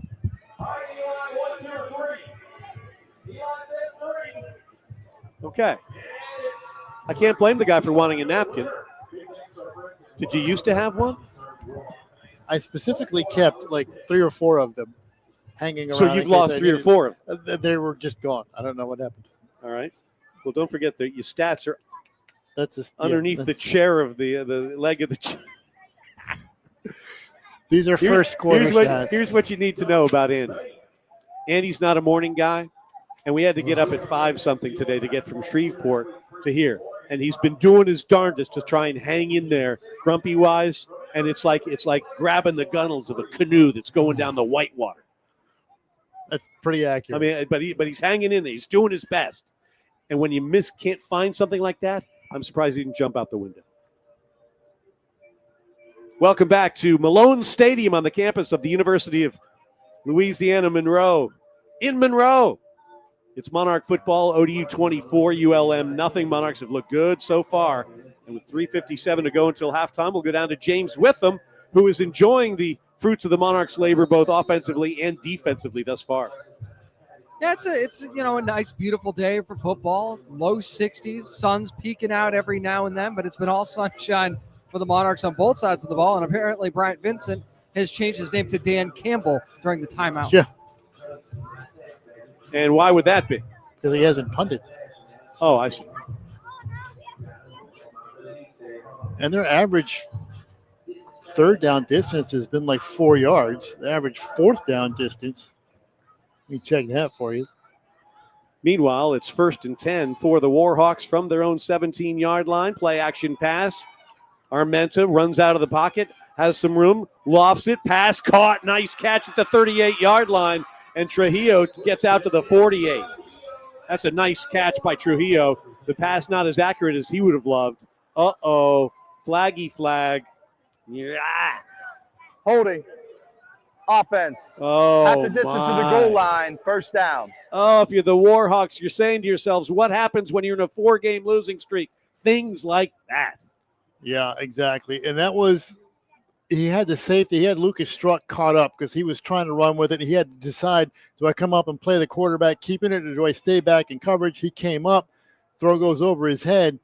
But like you said, it's It's a lot of self-inflicted wounds for the Warhawks so far this first half. Take off the major pass play, Armenta to Trujillo, and it's 1st and 19 now. Football's at the 9-yard line of ULM as they move right to left with the maroon helmets, maroon pants, and the maroon jerseys, and the handoff, and this isn't going anywhere. Monarch defensive line has come to play here today. Yeah, they're not getting much of anything on the ground. I mean, just rushing has been non-existent except for like 3 or 4 plays. 2nd and 19. Ball on the far hash mark as they try and get themselves out from the shadow of their own end zone, moving right to left. 2.9 yards a carry, and that's with the 2 long carries that mostly came from Parker Smith. And it's a team that averages 173 yards a game rushing. Yeah. Lewis, the running back, in there now as Armenta goes back to throw. Going for it all down the far side, has a man open, incomplete. They had Trujillo down the right sideline, ball a little bit overthrown. Coming over late for the coverage was Mack, I believe. And it's 3rd down and 19. Throw was a little bit off because he had 180 pounds of Jorian Haynes coming right at his chest when he released it. Haynes coming on that corner blitz, the cat blitz, and they rotated into coverage. That's almost exactly as you draw that coverage up. Rotated over. It would have had to been a really good throw, and he almost did it, but just a hair too much. 3rd down and 19. Culbreth backs out of the rush. They rush 4, come near side. Pass is going to be caught. Wide receiver screen across the 15, brought down at the 19-yard line. And that'll be well short of the 1st down yardage. And we'll see if that should have been a flag. That should have been a blindside block. The Monarch player is down who got hit off the blindside block. Is that Lynch? He hit him one time and sprung him to the outside, and then that sprung the receiver to the outside. And then when he tried to come back at him, he lowered the shoulder straight into him, right back in towards his own end zone, which is the definition of blindside block. It's going to be 4th and 19. Actually, 4th and about maybe 8 or 9 after that pass play, but there's still the athletic training staff attending to DeAndre Lynch, I think it is. Is it? Single digit. I thought it was 9. It was the receiver who was out on the edge breaking the first block. He caught him clean the first time. Again, no monitors here for us at ULM. He caught him clean the first time, which gave the outside edge off of that screen. When he turned and started going upfield, defender turned to try to follow him up. Then the receiver who had just hit him a second ago turns, catches him again, but it's going right back towards his own end zone, which is the definition they use. I believe it's Botrus Alessandra, guys. Just back in the lineup. That makes more sense than Lynch being on the outside, and it is single digit, so 8 and 9 from as far away as we are. Good point. Thank you, James. Botrus again missed the last game. He's the 6'1" senior, transfer from Purdue. He's sitting up. Head coach Ricky Ronnie out there with the athletic training staff. They will. Nice standing up. Now they are in the direction of the Monarch locker room down to our right. Offside. Get a nice round of applause. Defense number 30 was lined up in the neutral zone. 5-yard penalty, 3rd down. So it's 3rd down and 14 now instead of 4th and 19 because of the penalty. They just waited a bit to get Alessandro off the field. James, you're closer to that. Did it look like blindside to you? Did you see it? I mean, it kind of did look like a blindside. I think they might have missed that one. I did see the offside as well, so at best it should have been offsetting penalties. But, I mean, Alessandro, I just saw the replay. He really got blasted. It looked pretty clear to me that it should have been blindside. But all right, from the 14, it's 3rd down and 11. Need to get to the 25 to move the sticks.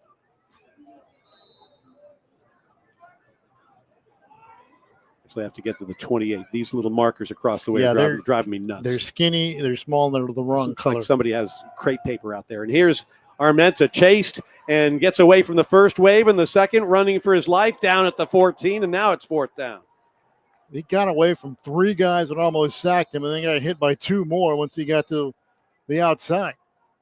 He's got to be feeling there's an extra guy on defense out there right now. Timeout.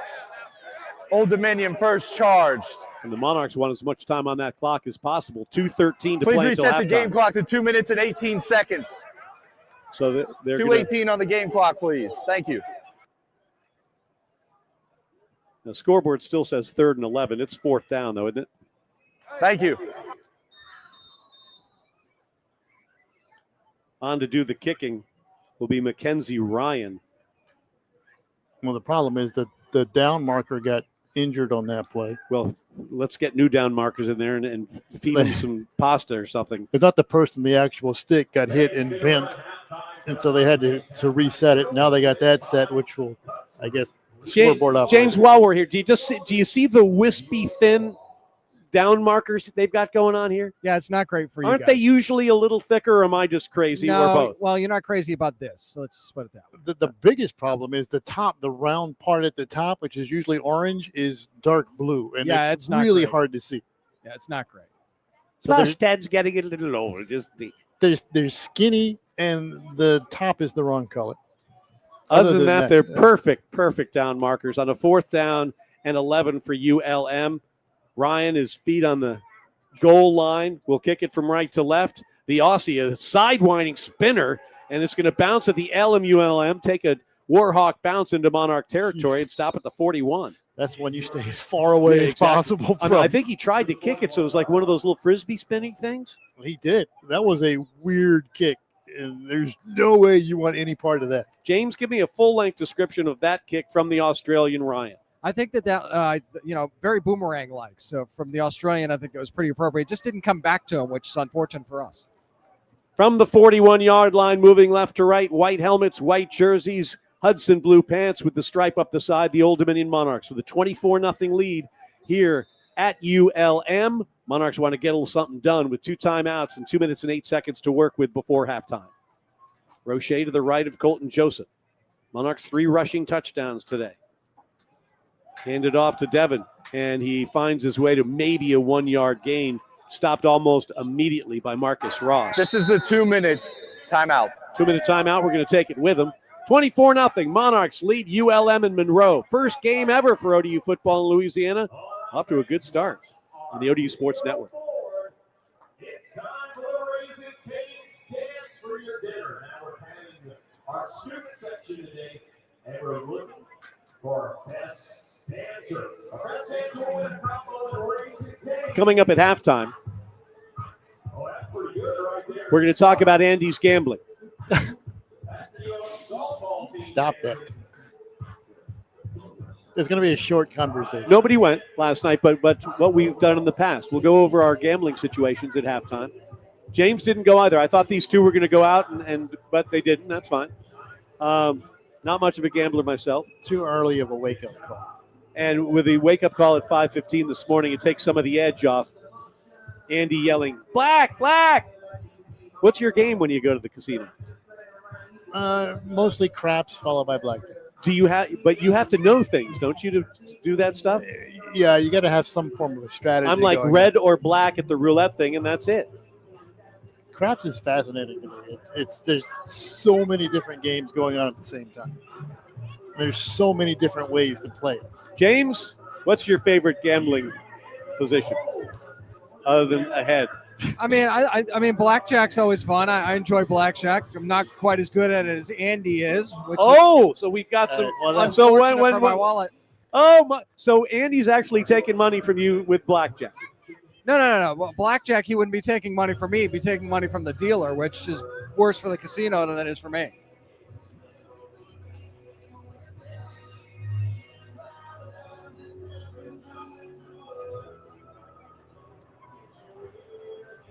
Fans Food Lion Feeds has donated over 3.8 million meals to local food banks and college pantries throughout the Food Lion Feeds Sack to Give Back program. Now, for every sack the Monarchs make this season, Food Lion Feeds will donate 1,000 meals to feed our neighbors in Hampton Roads. A quick look at the sack numbers coming in. Monarchs had 18 coming in. Andy, to that total today, we have added how many Monarch high-val jacked up sacks? 1. All right. Good enough. That was the one you called. It turned out to be a sack. Yep, Near the line of scrimmage, only 3-yard loss, but That's it's still a sack. A sack is a sack. It's a sack to give back, thanks to the Food Lion Feed Sack to Give Back program. All right, second down for the Monarchs. 8 yards to go. They've got the ball on their own 43-yard line, leading 24-0. Can they get a little greedy here in Monroe in their first ever trip here to the Bayou? Well, if they're going to leave them out in man coverage with no safety help, they're going to take a shot. Done it all half. Looks like it's one safety. Now they're dropping back. Gladding and Thomas to the far side. Brown to the near. Colton Joseph swings it to Roche on the far side. Has a block. Splits tacklers. Spins to the 45-yard line. East and west. Setting up blocks beautifully. Devin Roche to the 45. Nudged out at the 43-yard line. And plays like that are why they want him back on punt returns, because he can do stuff like that in the open field.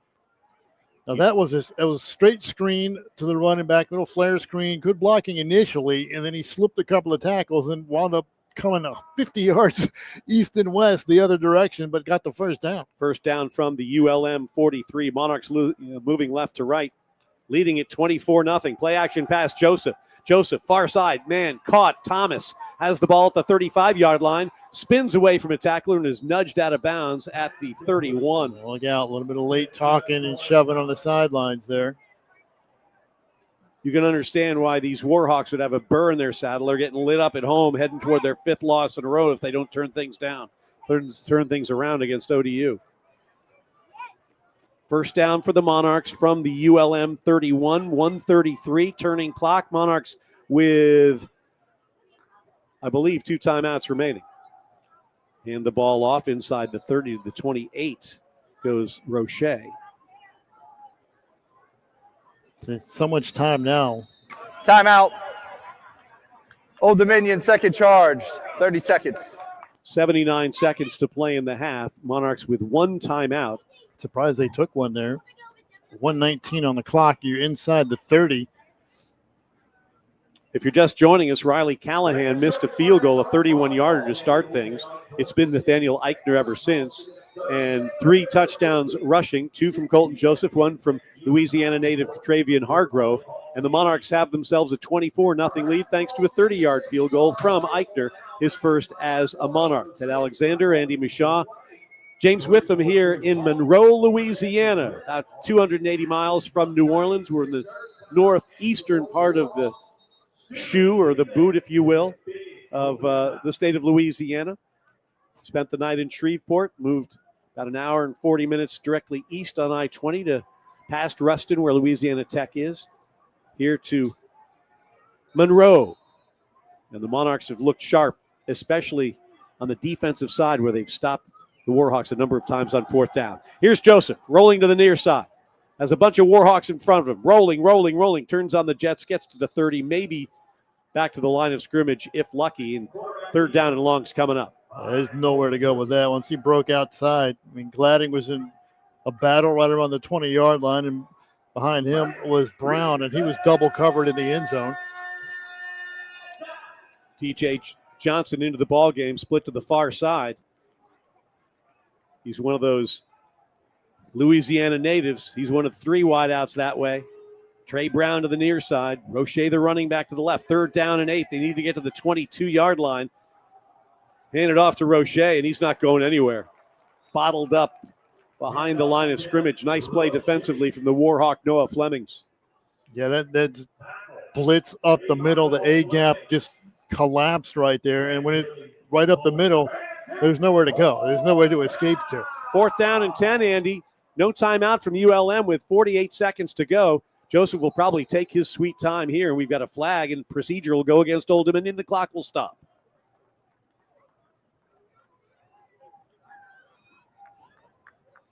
Yeah, he was just trying to milk that play clock down and get movement.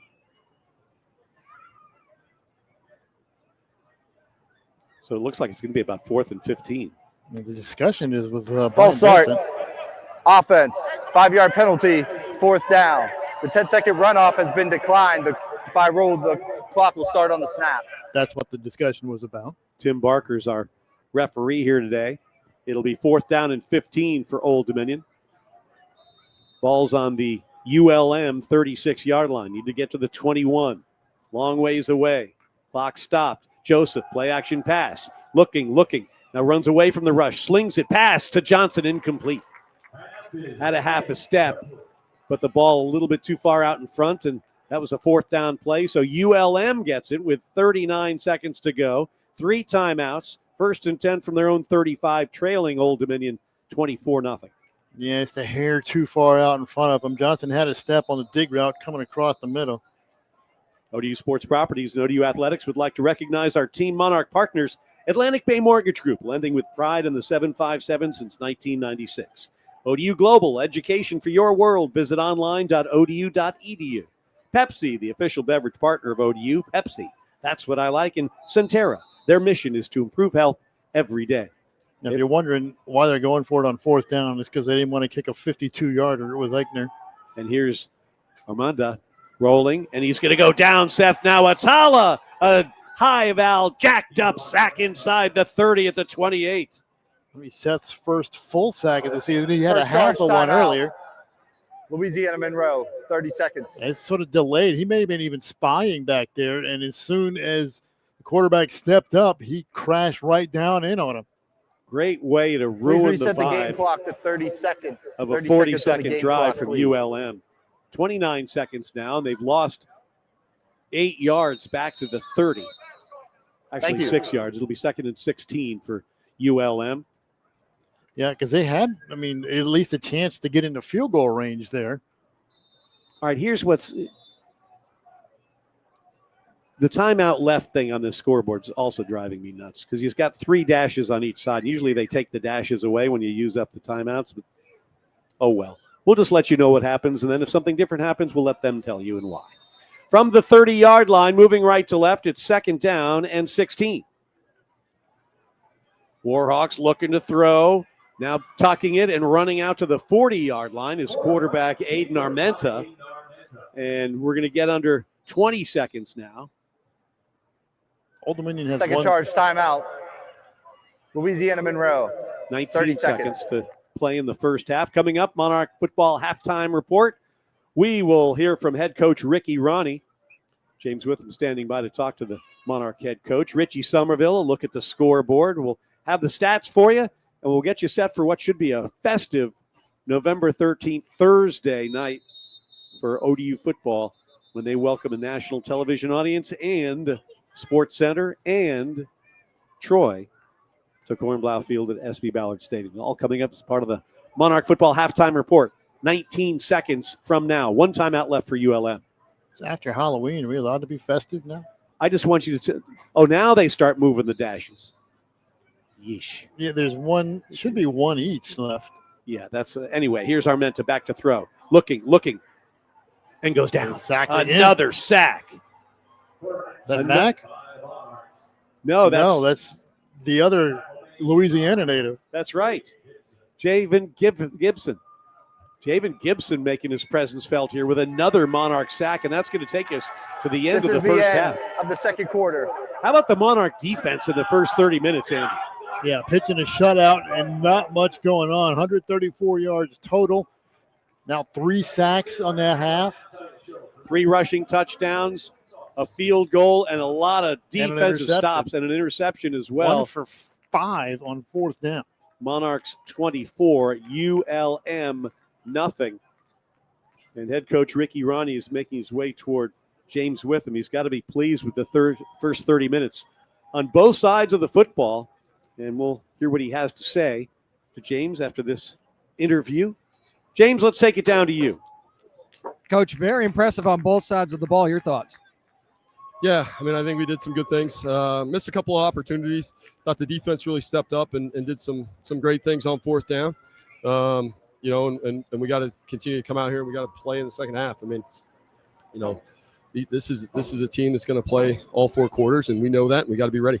I saw you talking to Coach Decker. Any adjustments? Yeah, I mean, we're going to make adjustments across the board on offense, defense, and special teams. I mean, we got to make sure that, we're putting our guys in the best possible position to win the game. So there's going to be a couple things. So we got to be ready. Thank you, Coach. We'll see you in the second half. All right, thank you. So do you, head football coach Ricky Ronnie. Ted and Andy, back up to you. All right, James Witham, thank you. Our interview at halftime with head coach Ricky Ronnie is brought to you by Team Monarch partner Centera. Centera Health. Centera's mission is to improve health every day. 30 minutes in the books here in the first ever trip to Louisiana for ODU football at halftime. Old Dominion 24, ULM nothing on the ODU Sports Network. Net nerd. How about that? You didn't say radio.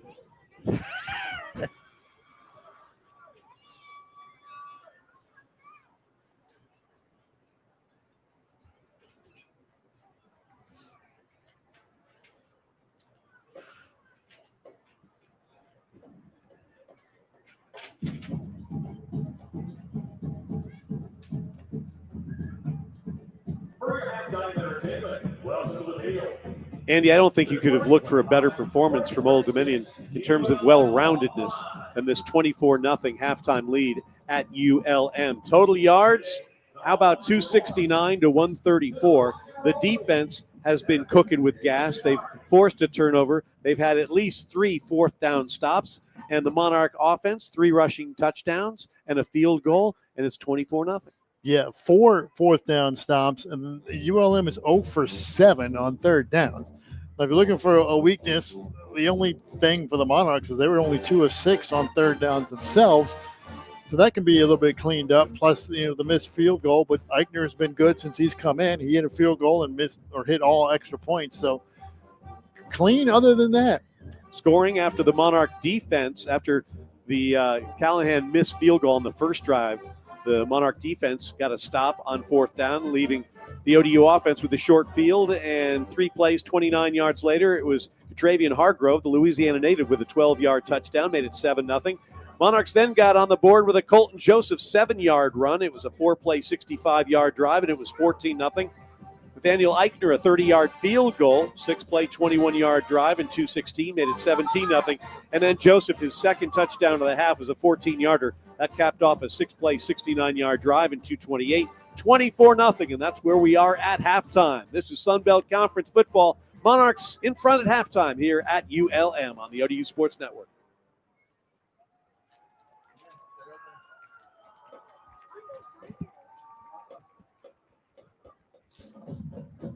Good afternoon, ladies and gentlemen. On behalf of the president of the University of Louisiana, Monroe Conference here at Stadium. It just got cold in here. I think they turned the air on. They turned the air on? It's weird.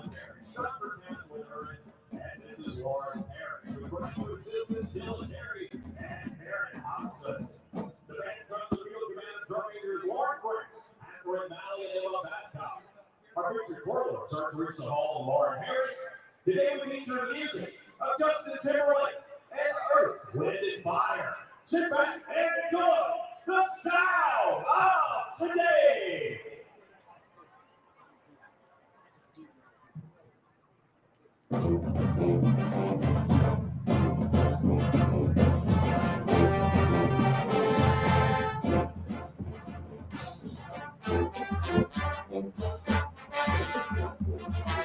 Trying to stay on top over here. Good job. Good job. It's a lot. It's like trying to spell out words when you have alphabet soup. I've got the P. Where's the O?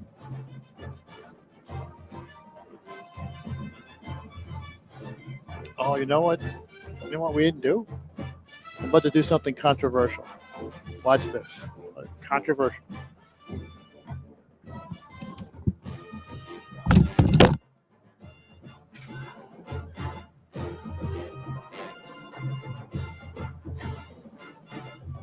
You're rifling through James's bag? Oh, my, the fox. Wow.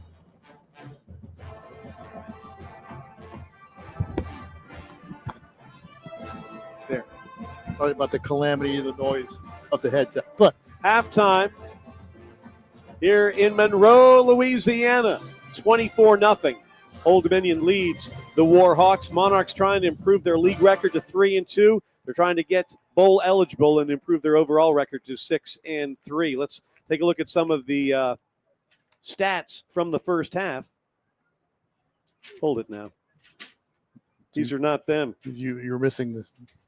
Here we go. Stats from the first half. Monarchs 269 to 134 in the total yards department. Rushes 20 for 89 for Old Dominion, passing 180 yards. Colton Joseph is 8 for 15 for those 180 yards. In terms of rushing, Colton 6 for 38. Devin Roche 10 for 29. Katravian Hargrove 4 for 24. And the touchdown, Colton has 2 touchdowns. Receiving, Ja'Cory Thomas, 2 catches, 65 yards. Trey Brown, 2 catches, 47 yards. Keep in mind, he came into the game today the second best yards per catch ratio in the country. And Trey Brown, 2 for 47. What's that? 23 and a half yards a catch? That's not bad. Yeah, you'll take that. Ian Brandt, 1 punt for 26 yards. Jalil Culbreth, 6 tackles and a sack. Chris Trinidad, 5 tackles. Seth Nawatala, 5 tackles and a sack. Jerome Carter, 3 tackles. Put it all in the hopper. The Monarchs have a 24-0 lead. Yeah, rushing yards, only 62 rushing yards in the first half for a rushing offense. The Warhawks, I mean, they come in averaging almost a little over 170 yards a game on the ground, and 63 and a half is pretty good. But you look at the numbers, and you brought it up earlier, Andy. On third down, ULM 0 for 7. Yeah. On fourth down, ULM 1 for 5. You know what they want to do with those numbers? And burn them. They trail 24-0. It's halftime. This is the ODU Sports Network. You can't burn stuff in the booth. I understand. What break is this, Richard?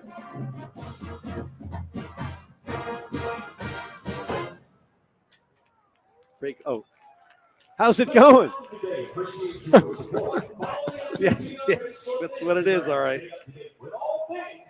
All right, so this is Richard, 12:20 on the clock, 12:20.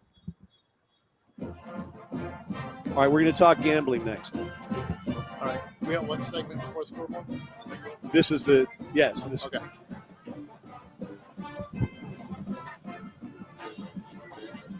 Have a good night. Good for you. Excellent. Excellent. There you go.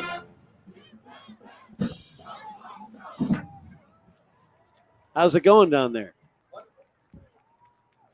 Is it as dark and gloomy as it looks over here?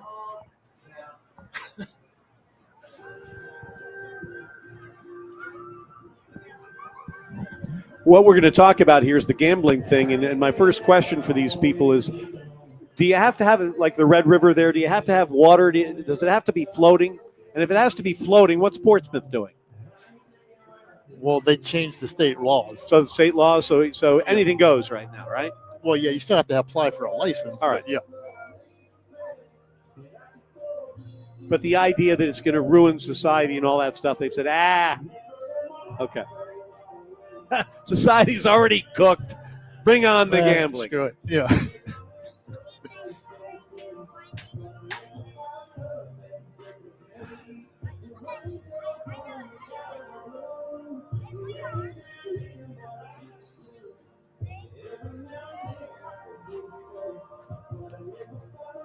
ODU never played at La Tech, Don, ever.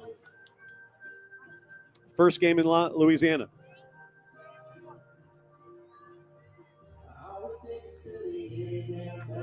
Halftime at Malone Stadium in Monroe, Louisiana. Old Dominion leading the Warhawks of ULM 24-0.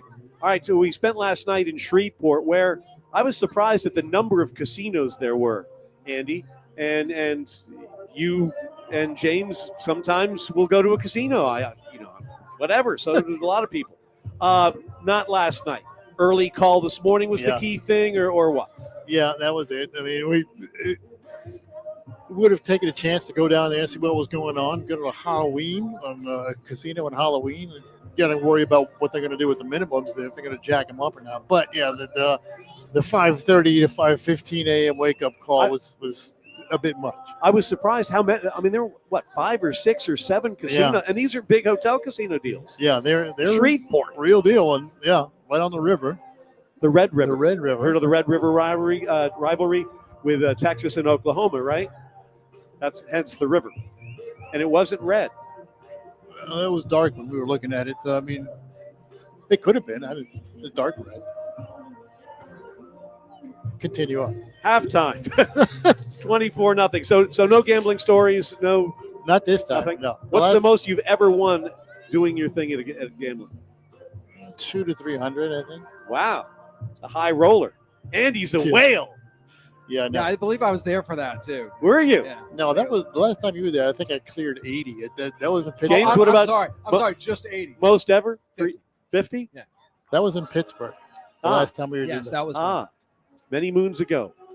And on that day, on a chilly day at Heinz Field, the Monarchs fell to the Pitt Panthers. Today, they're hoping for a better result, hoping to get bowl eligible, hoping to get 30 more quality minutes in and keep this thing rolling. 24-0 at halftime. Old Dominion leads ULM on the ODU Sports Network.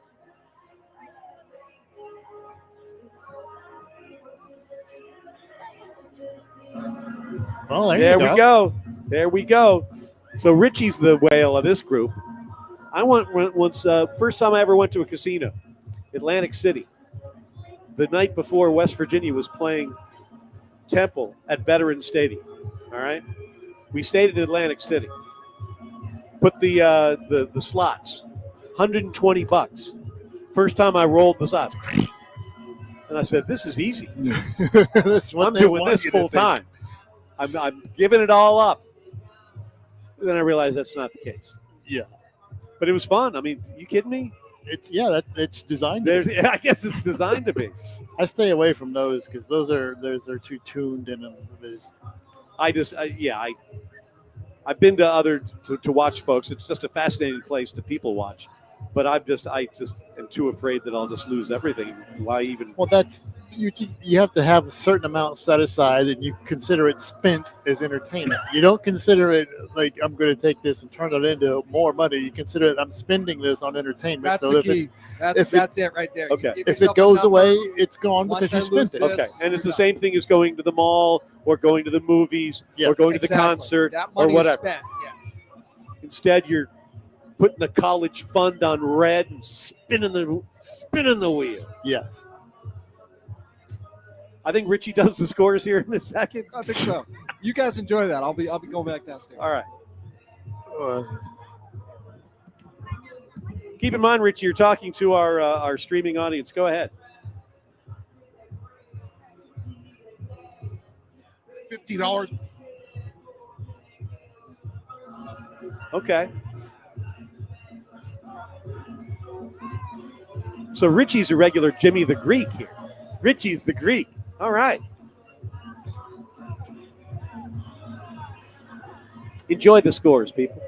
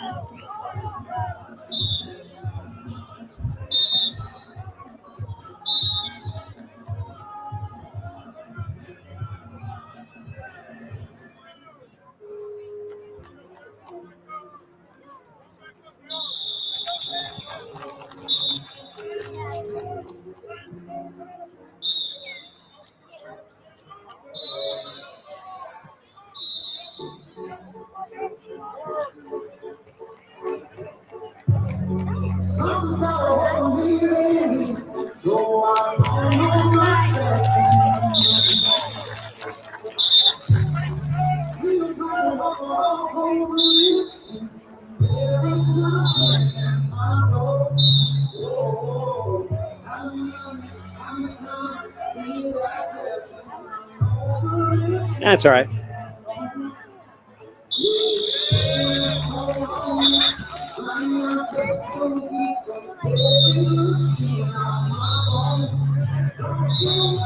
While the game's going on, nice.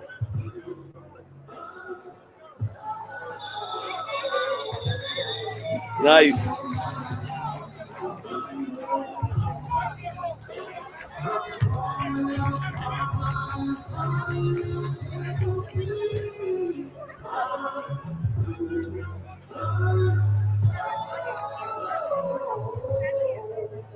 So it seems that Andy has forgotten about this guy. What's the deal?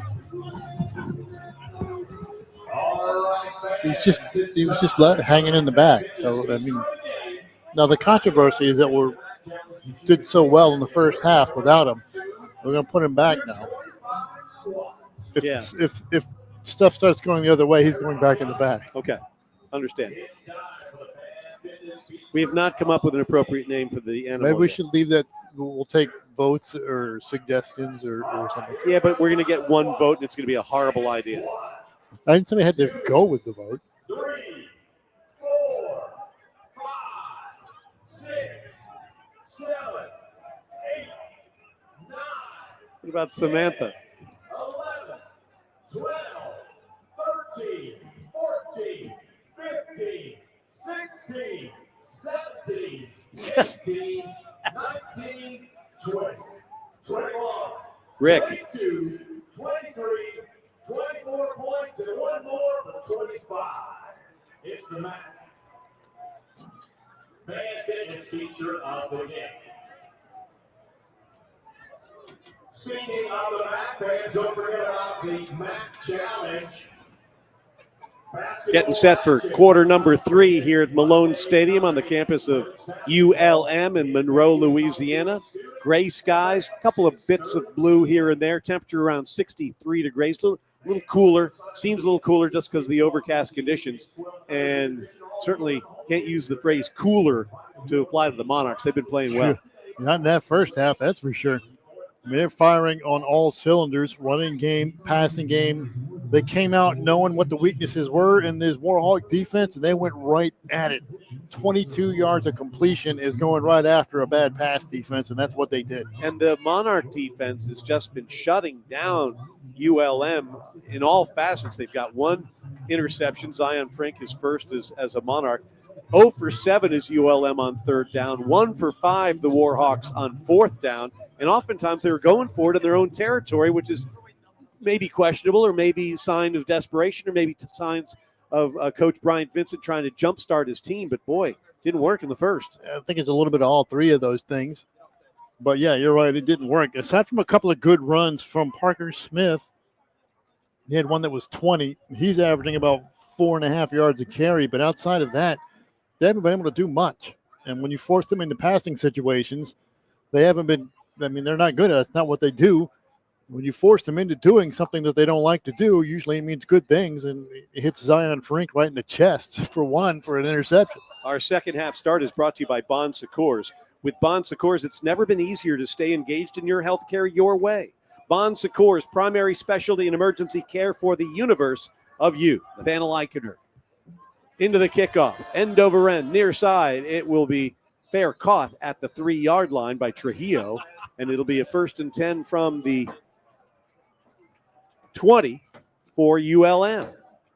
And you'll take that kickoff every time, won't you, Andy? Yeah, I mean, that's the design. You put it, between the 5 and the goal line and force them into that corner. They're usually going to either not take it out or let it go. And then the one time they tried to let it go, it stopped on the 1, and they had to bring it up. Aiden Armenta, 5 for 8 for 72 yards and a interception in the first half. He was sacked 3 times. He's got his team lined up, moving right to left with maroon helmets, maroon and gold jerseys, and he keeps the ball himself this time, and he goes down after a very short game. I mean, the play fakes and the ghosting it out, and they're not fooling anybody. Late flag comes in here. A little scuffling going on. By the way, it was 1st and 10 at the 25. That's where you go after the fair catch. And we'll see from our referee, Tim Barker, what's going on with the first flag of the second half. Lynch was in the bottom of that pile, and the scuffling, and now Atala was in there just trying to help get his teammates out of the pile. I don't know what was flag is. I believe we'll find out shortly. Here we go. You got to turn the mic on. It was over on sportsmanlike conduct. Offense number 75, pulling a player off the pile. Half the distance to the goal line. Second down. One of the best names of the This day is has his just first been flagged. unsportsmanlike conduct foul of the game. Q McBroom is whistled there, and that's a little bit of a frustration of a 3-5 team that's ticketed for its 5th loss in a row. Yeah, left tackle. So that means it's second down and quite a bit from the ULM 14-yard line, moving from right to left. Frustration, probably the key word there. So a handoff to try and limit the damage, and a decent run right here, bowling over some Monarch tacklers, would-be tacklers there is Zach Palmer-Smith, who's been the most effective Warhawk running back today. He gets up and steps over the top of Jerome Carter on purpose. Carter didn't like that. They separated easily enough, but 3rd and 9. the ref's got to be paying attention. Stuff might start to get a little chippy out there. Well, and if you're the Monarchs, you need to keep your focus and keep your poise. 3rd down and 9, moving right to left from the near hash. Need to get to the 35-yard line. Ball's at the 26. Armenta in the shotgun. Steps back to pass. Now rolls to the far side. Sheds a tackler. Slings it. Pass caught short of the first down at the 30 by Trujillo. It'll be 4th down and 5 coming up. I mean, it's a 3-man route, and they're back in coverage, and there's nowhere to go with it. I mean, he's just trying to stay alive, and there's nowhere to throw it. Mackenzie Ryan, 1 punt in the first half for 45 yards, and they're going to line up with the punt unit right now on a 4th down and 5 from the 30-yard line.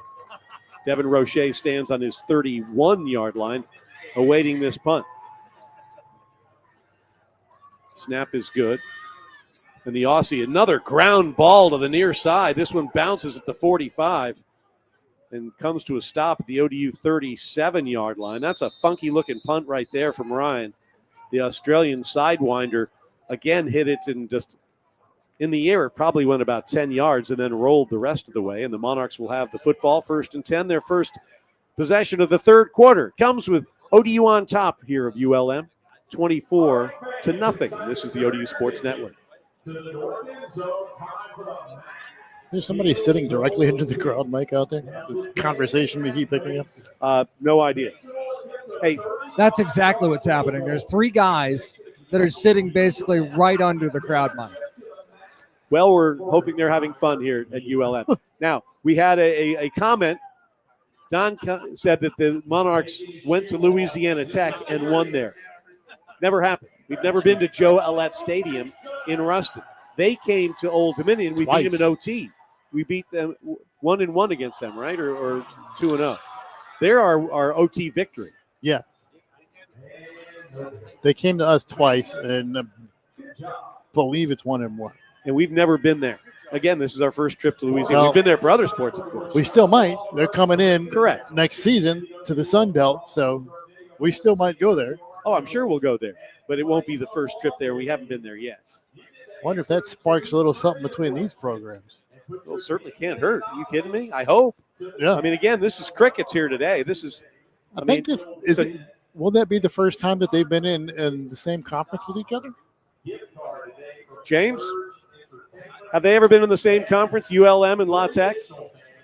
Not that I'm aware of. I don't think they have, even though they're right down the street from each other, basically. And then you got Louisiana Lafayette jumping into the pool. I mean, here we go. All right, here we go.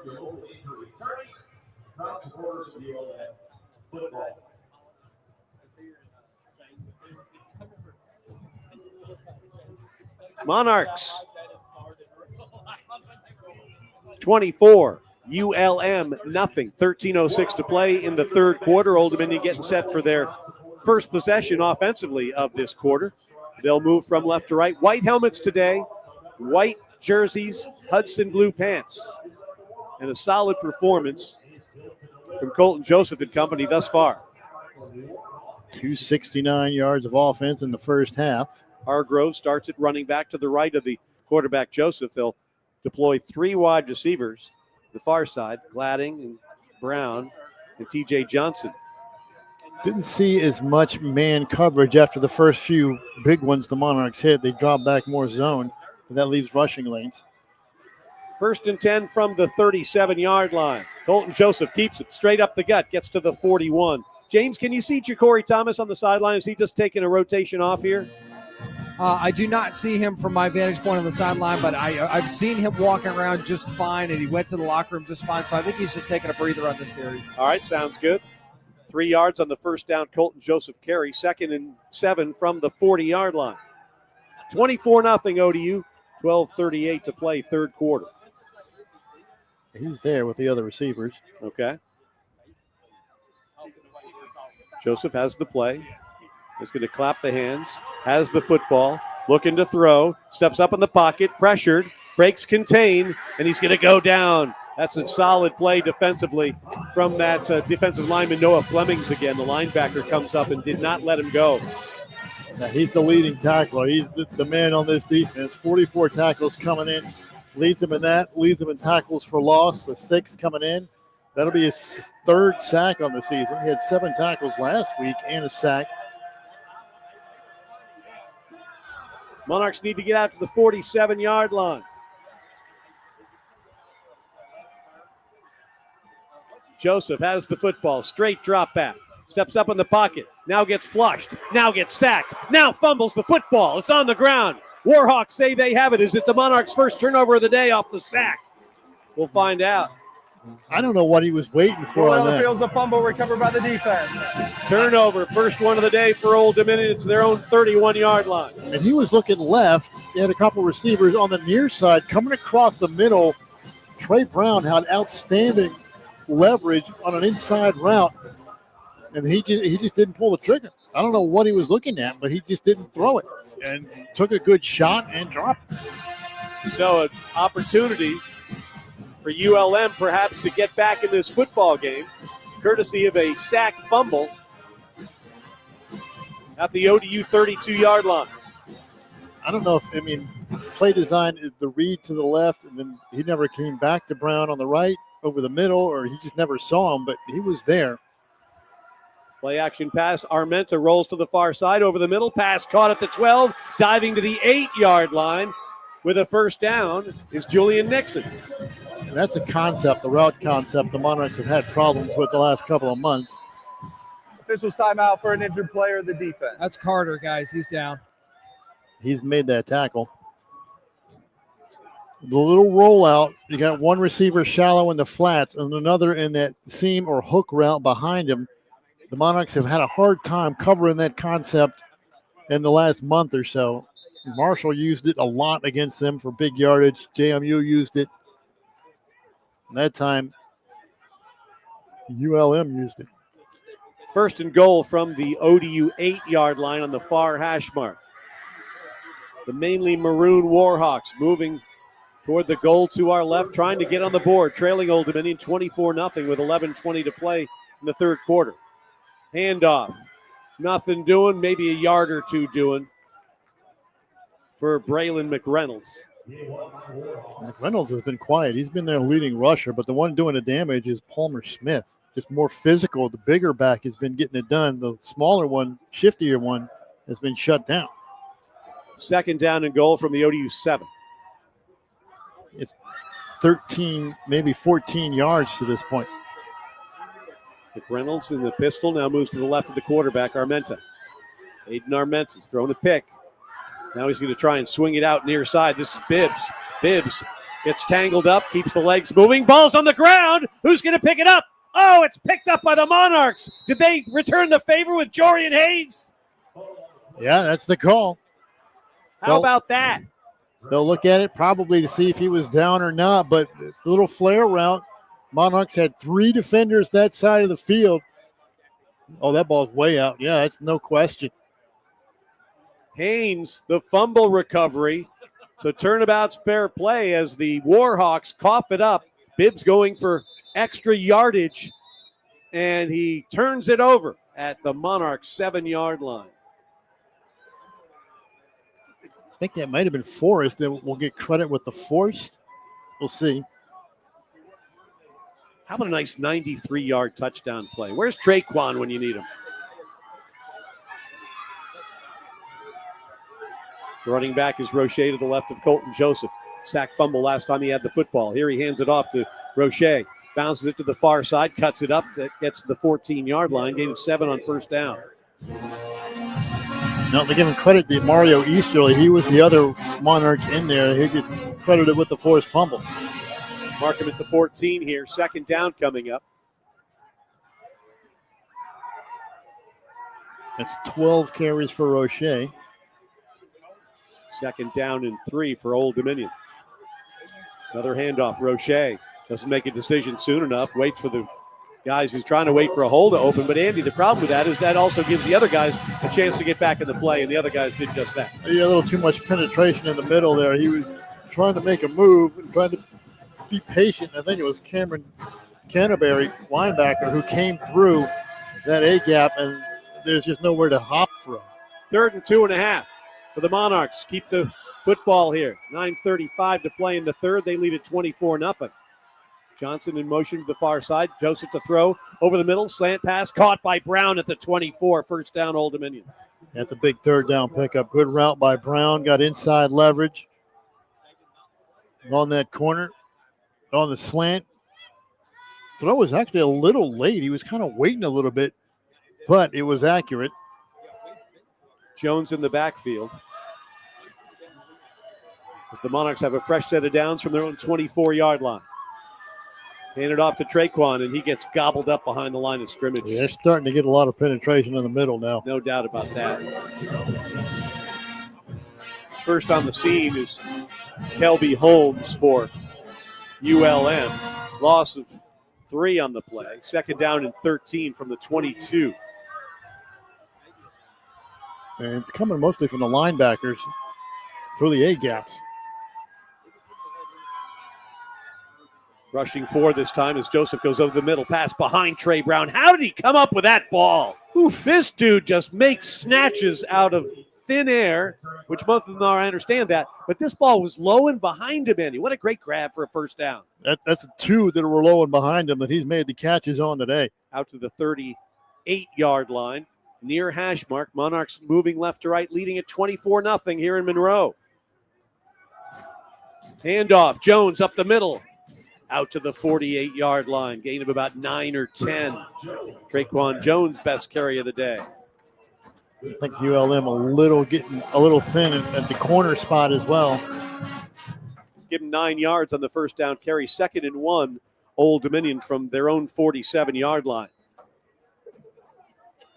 Love the fact that the clock's turning on this one. Monarchs in control on the scoreboard and for the time being on the gridiron as well. 2nd and 1. Dawson Johnson, the tight end, in front of Jones here on the left side of the formation. Shotgun snap comes to Joseph. Hands it off to Traquan, and he's got a first down into Warhawk territory at the 46. Impressive offensive line work. Yeah, it's a little bit different than Roche back there, too. I mean, this is a bowling ball moving downhill versus Roche bouncing around. Play action pass going for it all. Has a man. He's got a step. Pass incomplete. Overthrown by just a fraction to Ja'Cory Thomas. It was fingertips on that one. Fingertips. The problem with those, Andy, is you set them up beautifully with the running game, and the play action freezes the guys, and you've got a guy with a half a step and just overthrow him. 2nd and 10. That was more than a half a step. 2 steps. They put a little more air on that. It was a little bit low, a little line drive-ish. Hand off. Traquan, nothing. Ran into the loving arms of Cavante Wells, and he brings him down. It'll be 3rd and 10. Yeah, Warhawk defense is starting to step up a little bit here. They got to stop at the end of the second half. Quarter. Here we go. 3rd down. Monarchs need 10. Joseph pressured. Hit from behind. Pass falls incomplete. Yeah, he took a pretty good shot from behind. It's Billy Pullen, defensive end. It's on a straight rush or on the outside.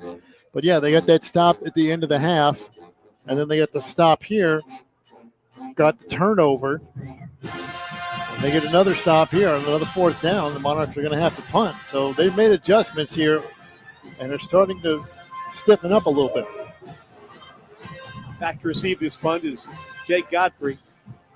Ian Brandt will hit it on a 4th and 10. Low end over ender. Comes to the near side, bounces at the 4, and goes out at the 1. Oh, what a punt by Brandt. The little sidewinder looked like a rattler in the Arizona desert that sneaks its way out of bounds at the 1. That was good. I mean, the sidewinder thing. The kick was good, too. The kick was wonderful. I was going to say put the blinker on, but I like the sidewinder. That's much better. That thing hit and took a right turn. He got pressure on that, too. I mean, they were coming after him. 6:32 to go in the third. Old Dominion turns to the defensive side now. Can they keep the Warhawks pinned back? We'll find out when we return. 24-0. Monarchs lead the Warhawks on the ODU Sports Network.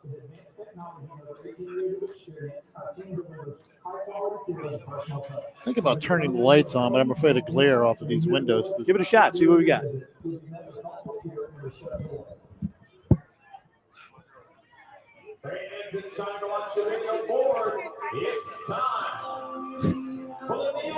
It's absolutely nothing. Can you see us a lot brighter now? So we don't have to worry about the glare after all. The glare. Check the comments here. Victimized by AI. Don, let me help you.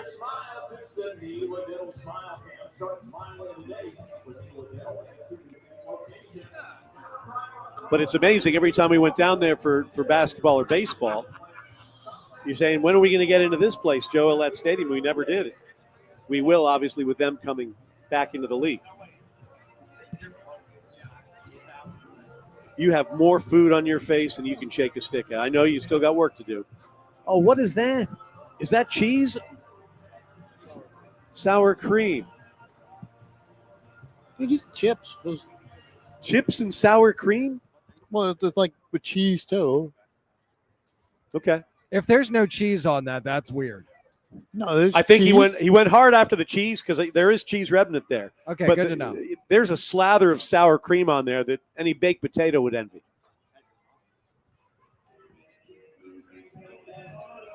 Monarch Football brought to you in part by High Val Industries. Go to highval.com for all your hydraulic needs. High Val, proudly serving their customers for over 47 years. 6:32 to go in our third quarter. Monarchs led 24-0 at the half. They still have that 24-0 lead. The Warhawks have the football, 1st and 10 from their own 1 off a brilliant Ian Brandt punt. Now, last time they were backed up here, it's a pretty good pass. To Trujillo, They hit Trujillo over the middle for a big one to get him out of trouble. Zach Palmer-Smith in the pistol formation behind the quarterback, Aiden Armenta. Ball in the near hash again on the 1-yard line. High snap. Fake the handoff. They didn't know what's going on there, and he's going to hold it. There's a whistle. The play clock was started shortly after the snap. We're going to redo the play. Please reset the game clock and reset the play clock to 25 seconds. It's first down. Well, explain that, Andy, or James. Both of you are responsible. It was a whistle right as they were snapping it. Uh-huh. James, did you do something to the play clock? I actually thought that false start was on me.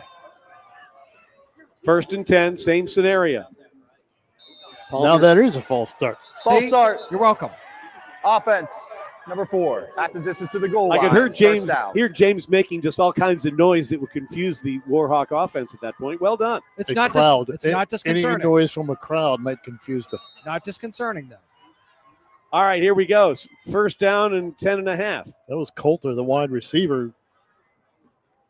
He took off running early. All feet of the offense in the end zone for ULM. Hand the ball off and getting some room across the 5 to the 7-yard line. Nice effort from Zach Palmer-Smith. Well, that guy is a Let's take a look at his numbers here today because he's really been a force.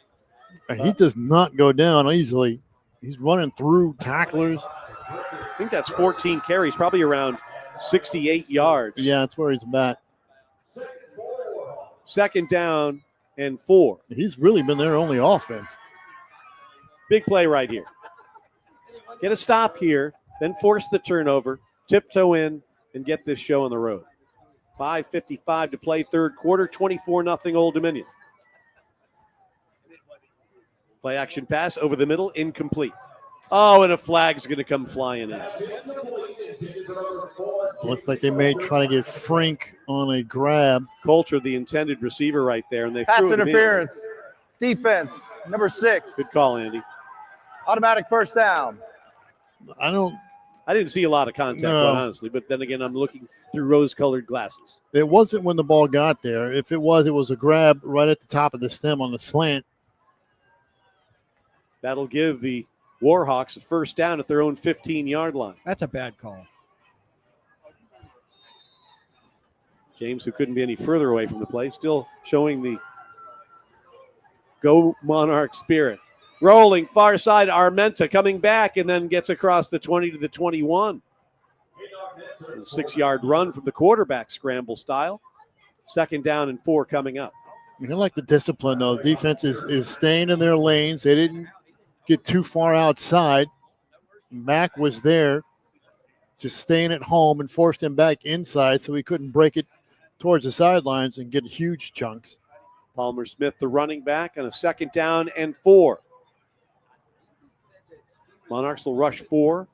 Coming near side pass. Oh, nice catch at the 29-yard line. 28-yard line, they say. That's Bibbs. There's that sprint out again.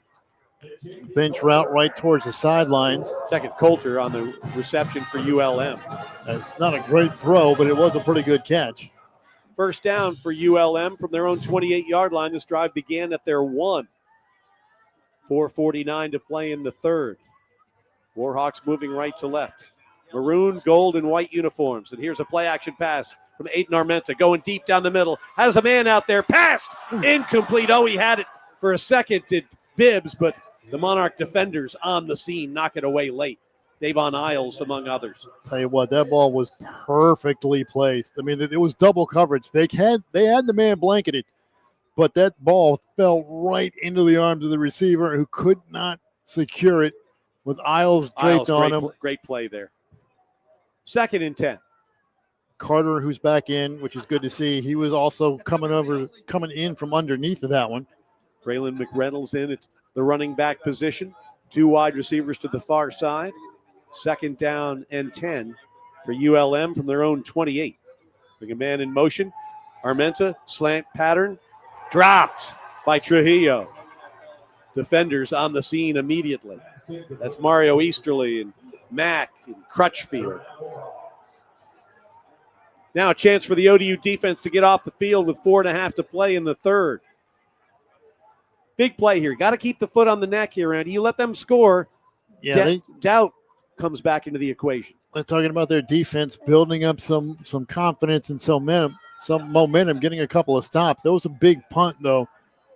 Great punt. Put them on the 1-yard line because they were really building up some momentum. Defense got to get a stop here and really quash it.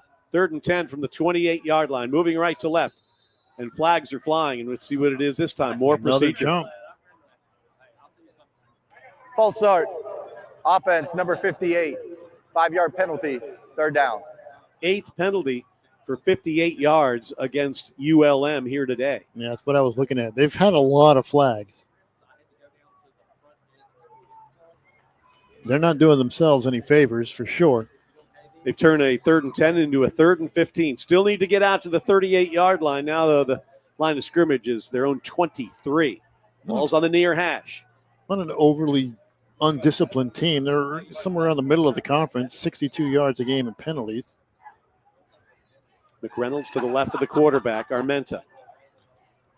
Straight drop back. Blitz comes. Steps up in the pocket. Creates some space. Has a man wide open, but that ball is going to be incomplete. Oh, almost. Easterly was just waiting for Crutchfield waiting for an interception, but Trujillo knocked it away at the last moment. Well, he was open. He had found a little hole in the zone. That ball was overthrown, probably because Armenta was running from the blitz that came in from the outside. He overthrew it a little bit, and it hit Crutchfield right in the hands. He just couldn't pull it in. Godfrey was the wide receiver turned defender there, and it'll be a punt on 4th and 15 for ULM with 4:28 to play in the quarter. Ryan, high, short kick. Roche is going to let it bounce at the 48. Takes an ODU bounce. Get away from it. They do, and they'll pick it up at the 44 of ULM. That took a weird bounce. It bounced back toward the Warhawks the way they were coming in, just like the one in Marshall, which hit a Monarch and caused a turnover. That time, the white-clad ODU special teams were away from it far enough. All right, timeout on the field. 4:18 to play in the third. Old Dominion 24, ULM nothing. This is the ODU Sports Network.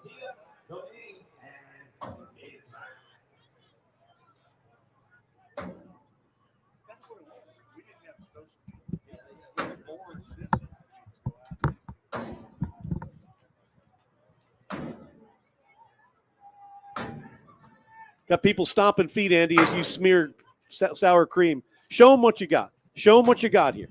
Here, I'll hold this. You show them what you got. That's what I'm dealing with here, folks. It's actually a kid that's jumping from one row to the other on the bleachers. You should see the mess he's making. All over his hands, all over his face. I've seen it before. We're going to have to take him and get the power washer out before he gets on the plane.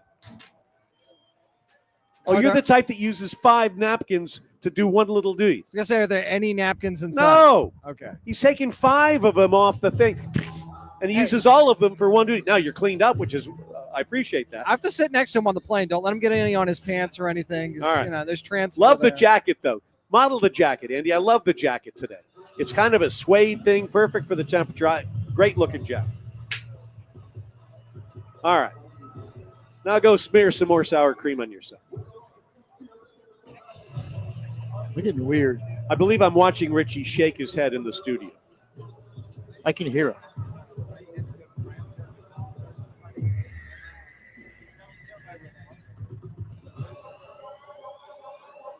The ODU Athletic Seats for Service program presented by ADS Incorporated is aimed to offer Monarch fans a unique opportunity to give back, support our military, healthcare professionals, first responders, and educators throughout the Hampton Roads community by sponsoring tickets to ODU athletic events. Now, here's the deal.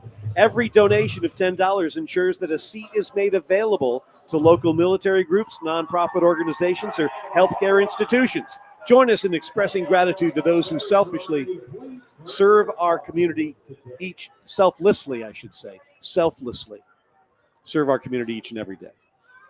The ADS Incorporated Seats for Service Members program. So here we are, Monarchs with a first down and 10 from the ULM 44-yard line. Andy, no points in this third quarter for either team. It was 24-0 Monarchs at the half. Like to see a little something here from the offense. At least burn the rest of the quarter. Yeah, you'd like to get something going here on the ground game, especially. It's been a little slow on the ground outside of Joseph. Roche, 12 carries, 36 yards. Joseph, 9 carries, 32 yards. Roche stands to the right of Monarch quarterback Colton Joseph. 106 yards total on 29 carries, which is a little over 3.5 per carry. All right, here we go. Fake handoff to Roche. Looking near side. Pass is going to be caught at the 34-yard line. Trey Brown, another grab.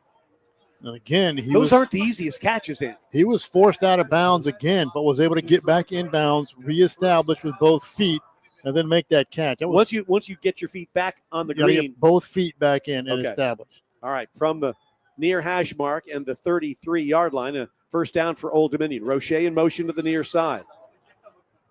Colton, jump pass. Here we go. Oh, he's looking for Dawson Johnson in that. He was looking the wrong way. Pass over his left shoulder. He was looking over his right. Well, he stepped up and then kind of had to step to the left when he started doing that, the big jump pass, and then he threw it over the outside shoulder, and Johnson could not make the adjustment. So there's an example of that play not working. It was open. Yep. I mean, it was there, open. but definitely open. 2nd and 10 Monarchs from the ULM 33-yard line. 24-0 ODU here in the third. Colton Joseph keeps it, tries to get the edge. 30, pushed out of bounds, and rolls away at about the 26, and that'll be a couple of yards short of a first down. Maybe 4 yards, I think. 3rd and 4. Yeah. 3rd and 4 for the Monarchs. Interesting play call here. You got a lot you can do, especially if you want to go for it. With Eichner in there, if you don't get anything, you're looking at a 42, 43-yarder. Thomas and Johnson stacked to the far side. Brown and Gladding to the near. 3rd down and 4. Roche in motion to the far side. Colton Joseph looking near side. Looking, perusing, pass, caught at the 11-yard line. In traffic, Dawson Johnson. That should have been an interception. I mean, that was right into the gut of two guys. Cy Jackson was right there for ULM. Yeah, Johnson just ripped it right away from him. A little bit more want there from the Monarch, and it's 1st and 10 Old Dominion from the ULM 11. Monarchs trying to build on a 24-0 third quarter lead. Johnson's rounding into a pretty good tight end. A lot of traffic there. When they can make contested catches, boy, that a little bonus in that one. Roche in motion to the near side. Colton catches it and takes it straight up the middle and gets inside the 10, and they start pushing him around, and it's tushy and it's pushy, and it's to the 8-yard line. It'll be 2nd down from there. Yeah, design quarterback draw there. But they're doing what you wanted. That clock is still running. Yep, 2:15 to play in our third quarter. 2nd down and 7 for Old Dominion. Deep in the red zone at the 8-yard line of ULM's Warhawks. Monarchs trying to get to 6-3 on the season, 3-2 in Sun Belt Conference play. Ball in the middle of the football field. Monarchs attacking the goal to our right. Joseph hit in the backfield, and it'll go down at the 16. Yeah, he held it a little bit too long there. Off of the edge, they're blitzing. They're sending guys from all over the place. 3rd down coming up for Old Dominion. They can get a 1st down at about the 1. Jabin Tiller, he's the corner off of the edge again. He's got a club on a hand, but he's been in the backfield more than he's been in coverage. Gladding and Trey Brown to the near side. Ja'Cory Thomas to the far. Roche, the running back, to the left of the quarterback. Dawson Johnson, tight end, right in front of Devin. It's man-to-man on the other side, though. Need to get to the 1. Here's Joseph. Steps up in the pocket. Now takes off. Colton Joseph inside the 10-5. Dives to about the 2-yard line. He'll be short of the 1st down, but I'm sure they'll go. If he's short, it's probably by a yard. Maybe a little more than a yard. Depends on where they put it. Looks like about a yard and a half to 2. Best of both worlds here. Either you get the 1st down, a touchdown, or you give it to ULM inside their 2-yard line. 39 seconds clock turning here, third quarter, 24-zip Old Dominion. 4th down. Need a long one. Need to get to that 1-yard line. Roche to the right of the quarterback. Shotgun snap. Colton keeps it. He's going to run it himself and not get there. Yeah, I think he's. Yep, he got nothing on that. Yeah, he got nothing on that play. Good job by the ULM defense keeping the Warhawks in the ball game with 22 seconds to go in the third. Monarchs with the opportunity. Do you like James, you like to keep the offense on there to get the 1st down, or you want to go for 3? No, I think you had the right call. I think that I maybe would have gone with a different play call, but I think that keeping the offense out there, especially what your defense has been doing and backing them up inside their 5-yard line where they've been creating penalties and going back further, is the right decision. Vans Under Armour is proud to outfit Old Dominion University football in the world's most innovative footwear, uniforms, and training gear. Visit UA.com today to see Under Armour's full range of performance gear and footwear. 1st down for the Warhawks after the defense comes up with a big stop. Got the ball at their own 3. Hand the ball off and into the pile, and then out of the pile across the 5 to the 7 or 8-yard line. Nice play there. That's Palmer Smith. Yeah. He's been a beast, man. He's carrying tacklers with him. That's the 3rd drive that they have started inside their 3-yard line. The end of the third quarter. And that's going to bring us to the end of the third quarter. Couple of goose eggs on the board in the third stanza, and we'll go to the 4th here in Monroe, Louisiana. Old Dominion 24, ULM nothing on the ODU Sports Network.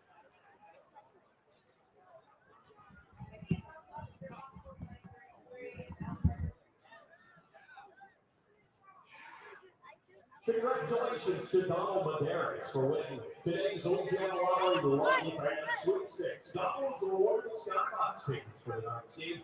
and pregame field access. Thanks to Louisiana Lottery for being proud sponsors of ULM Athletics. For all fans, you know an outstanding teacher deserves to be recognized on the field. Here's your chance to nominate them for the next Louisiana National Bank Educator of the Game. Scan the QR code on our video board. That's the Educator of the Game, proudly brought to you by Louisiana National Bank. Common Bankers, a 3 sacks allowed, a season high for ODU. How How about that? Yeah. One of those was on Joseph. The last one, I think, was on him. He just held it too long against the blitz, which he should have seen coming. It's a perfect chance to experience campus life and make lasting memories. Cheer on the ULM Warhawks. Don't miss out. Scan the QR code or visit ulm.edu/everyday to register. All right. Welcome everyone, the families who came in, prospective students coming to ULM next year. Our Browns on the Bayou game. Thanks for being with us all day today. Thank you so much. Dorhawk Athletic Foundation's mission is to aid in the retention and development of nearly 400 student athletes who compete in 17 sports at ULM. The goal is to provide private financial support for our athletic scholarships, facilities, and student athlete programs. 3 quarters in the books here in the first ever ODU football trip to the state of Louisiana. The Monarchs led it 24-0 at halftime, and that's where we stand at the start of quarter number 4. ODU 24, ULM nothing. Monarchs trying for their second win in a row, trying to become bowl eligible. And Andy Michaud, they're going to turn to the defense right now as the Monarchs will try and keep the Warhawks bottled up and keep them off the board. If you're wondering, last ODU shutout was 6-0 over Charlotte. 6-0. That was the Hurricane. That was the Hurricane game. It was on a Thursday or something. Correct, like that. correct. So third quarter stats, listen to these numbers. The Warhawks are 0 for 9 on third down, 1 for 5 on fourth. November 4th, 2017 was the date of that last shutout. So it's nice when you can beat Eric Bohannon to the punch. There you go. Yeah. As he brought in the stat that was November the 4th. I thought he gave it to you in the first place. No. But you came up with There's that. only been one in history, and you got to remember that. Oh, that's right. You weren't at that. I wasn't allowed to be True. at that. It was a Hurricane. Remember, that was the Hurricane game against Charlotte. And for Andy's family and safety concerns, I said, don't come on down here. We'll do the game without you. And we barely held on to do it. All right, first. It didn't rain in either location. It was one of those, I'll give you that. But safety first. All right, from the 8-yard line, hand the ball off. And this is McReynolds, and he's going to get bottled up for loss of a yard or so. It was a shot coming in late. Some hitting going on down there on the turf here at Malone Stadium. Defense doing a full-scale swap here, a full line change. Third down coming up. Like literally changing the defensive line. 3rd and 6. Need to get it out to the 14-yard line, 13 and a half or so. Offense has slowed down here a little bit in the second half, but the defense has not. Armenta claps the hands, has the football, straight drop back, looking near side, throws the ball behind the line of scrimmage. It's caught right there. McReynolds can't get to the first down. It's at the 8-yard line. Well, they sent pressure, blitzers. Jeremy Mack came in, has a We got shot in the pushing and back. shoving, and flags flying and arms waving and whistles blowing. Jake Godfrey came in with a two-handed shove into the back of, I think, Easterly. And then he turned and gave him a shove back. Now, who they're going to get, that's the question. Well, it's the difference between a 4th down and 3 from inside your 15. After the play was over, personal foul, unnecessary roughness, offense number 2. Good call. At the distance to the goal line, the down counts. It's 4th down. Good call there, Andy. Jake Godfrey, the wide receiver, has been getting puffy with Easterly all day.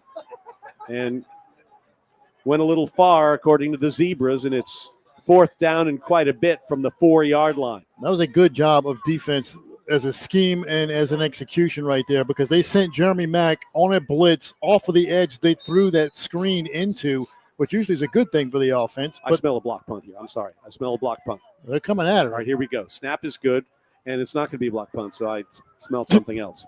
And here's the catch by Roche at the 47-yard line. Moves one way, then inside the 45, inside the 40 to the 38-yard line. Devin Roche, a conservative but effective return, has the Monarchs in business again here with 13:49 to play, 24-zip ODU. Timeout on the field. This is the ODU Sports Network.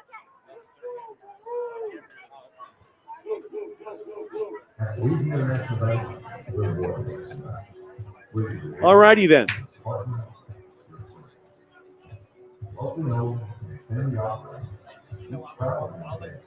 All right, folks, on the stream, a little inside baseball here. After the game, we get on the plane. JetBlue plane right over there. You can see the tower of the airport, Monroe Regional right there. We fly back to Norfolk. Expect to get there 12:30 or so. Now, we go home, we repack, we go to the Mitcham Basketball Performance Center, get on a bus at 4 a.m. for the ODU basketball team. Then we go to the airport and we fly to Cincinnati. Then we get to Oxford, Ohio for the game against Miami of Ohio Monday night, 6:30 Toyota pregame show, 7 o'clock tip-off. The Monarchs' brand new season begins Monday with the MAC Sun Belt Challenge. They're picked second in the MAC. Monarchs, I think, 4th or 5th in the Sun Belt. Should be really interesting on Monday night. And that schedule is why Andy has said nothing about having to get up early for this one, because he's going back to sleep when he gets home. Andy has said nothing, James, about having to get up early today. I'm wondering if you could fact check that for me. I think nothing's a bit strong. Less than usual, yes. Less than usual. Less yes. than usual, yes. Absolutely. Andy came in and said, I'm not going to complain. I did, and I haven't. I as think much as usual, yes. You have not complained as much as usual. Yeah, I don't know if complaining is the right word, but there has been stuff said.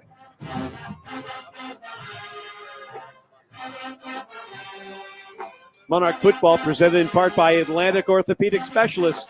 Atlantic Orthopedic Specialists, proud to be the team physicians for the ODU Monarchs. Go where the athletes go, AtlanticOrtho.com. Ted Alexander, Andy Michaud, James Witham here in Monroe, Louisiana. Monarch football's first ever trip to Louisiana, and they've got themselves a 24-0 lead with 13:49 to play.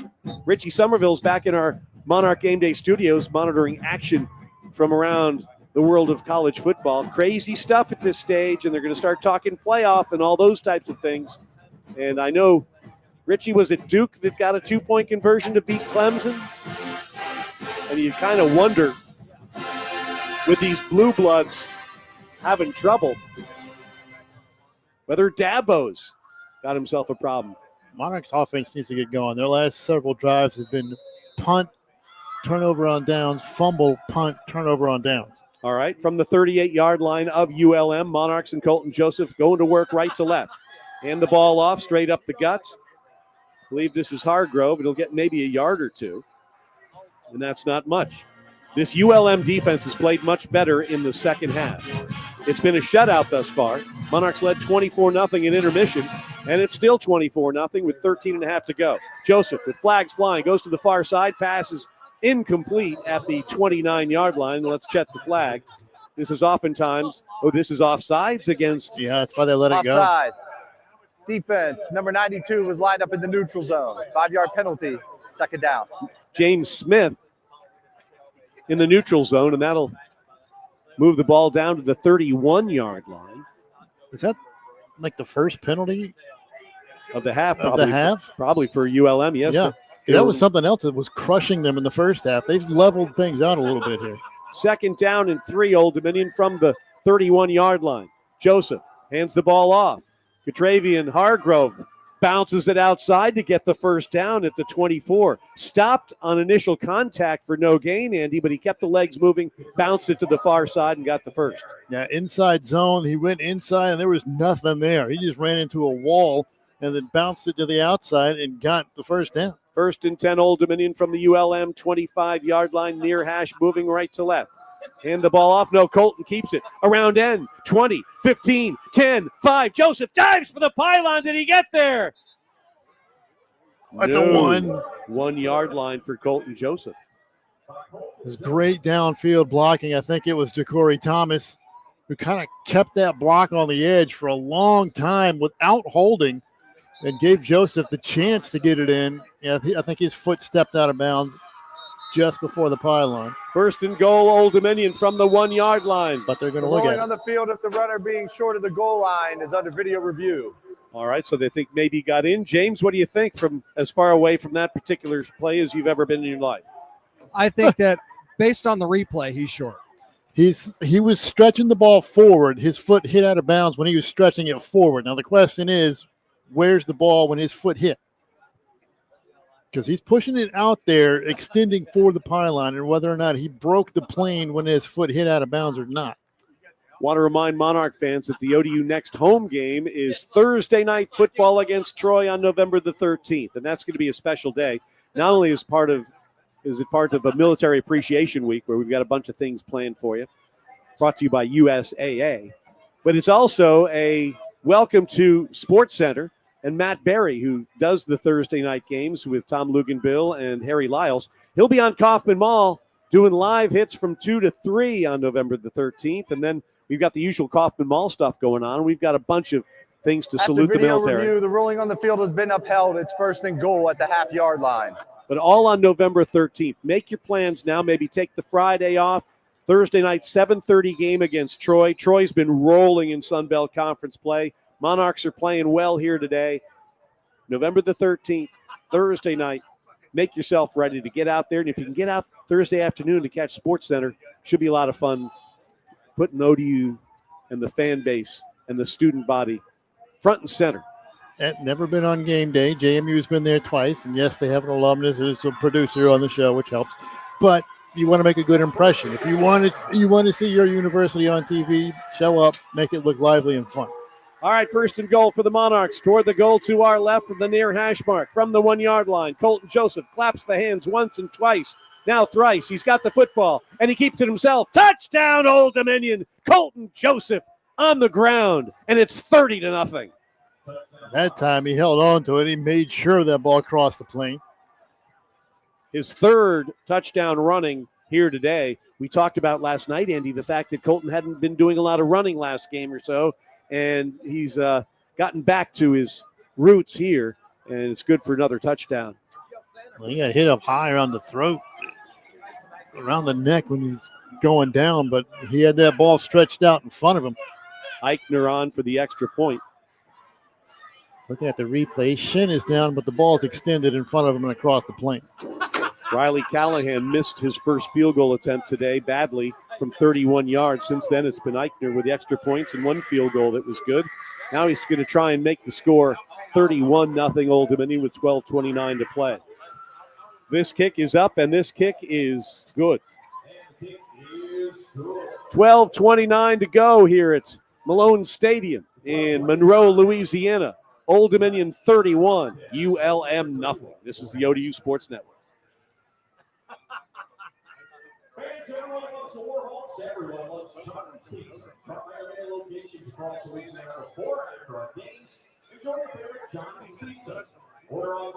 If you're on the stream, pay attention closely. You can see the exact moment the score updates. In real time.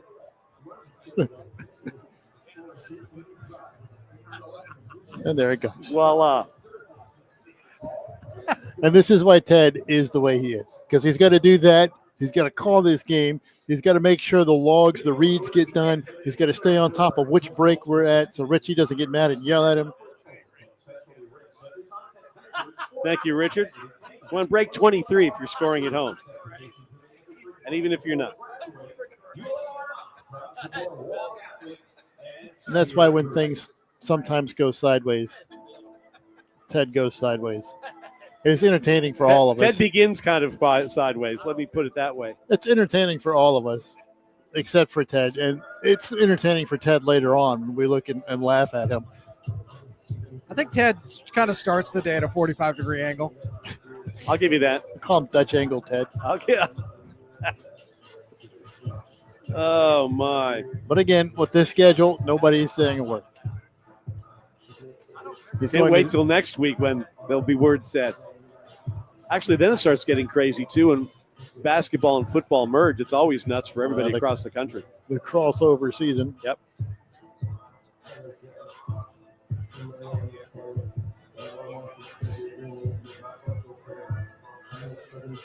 12:29 to play in the Monarchs' first ever football trip to Louisiana. Things are going nicely. 31-0 a lead over ULM. James Witham on the sideline has been watching this team from that vantage point today, and maybe some frustration and some improved play from the ULM defense in the third. But on that drive there, they took care of business. And it's all smiles on the sideline right now. The guys are just having a good time. And, this team's earned this. There's been some tough going. Even the last week against App State to win, App State comes on there at the end.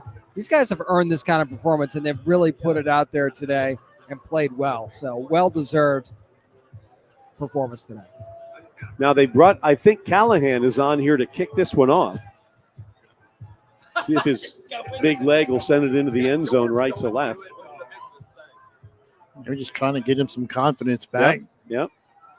It didn't look like his one field goal miss today. It didn't look like he hit the right part of the ball. I mean, it wasn't end over end. It was way off. It looked like some of those guys on game day trying to kick field goals. Without the dollar incentive. Here we go for Callahan. End over end kick that's going to come to the 3-yard line. It's all fair catches for Trujillo and the Warhawks. Do you like that strategy, or do you want to give it a go at some point? You get it to 25. Yeah, but, I mean, it depends on how much you trust your return people. But, I mean, it's 31-0. You may as well. You've already gone for it, 7 times on 4th, so why not let them run it? ULM in its last 5 games has been outscored 182-50. 4-game losing streak, and today against Old Dominion. But still a quarterback. It is Aiden Armenta, the 6'3", redshirt sophomore from Albuquerque. Hands the ball off here, and their most effective ball carrier, Zach Palmer-Smith, gets the ball out near the 30-yard line, gain of 5 on first down. He just met 2 tacklers, a yard past the line of scrimmage, dropped the shoulder, and those tacklers went 2 different directions, and he kept going forward.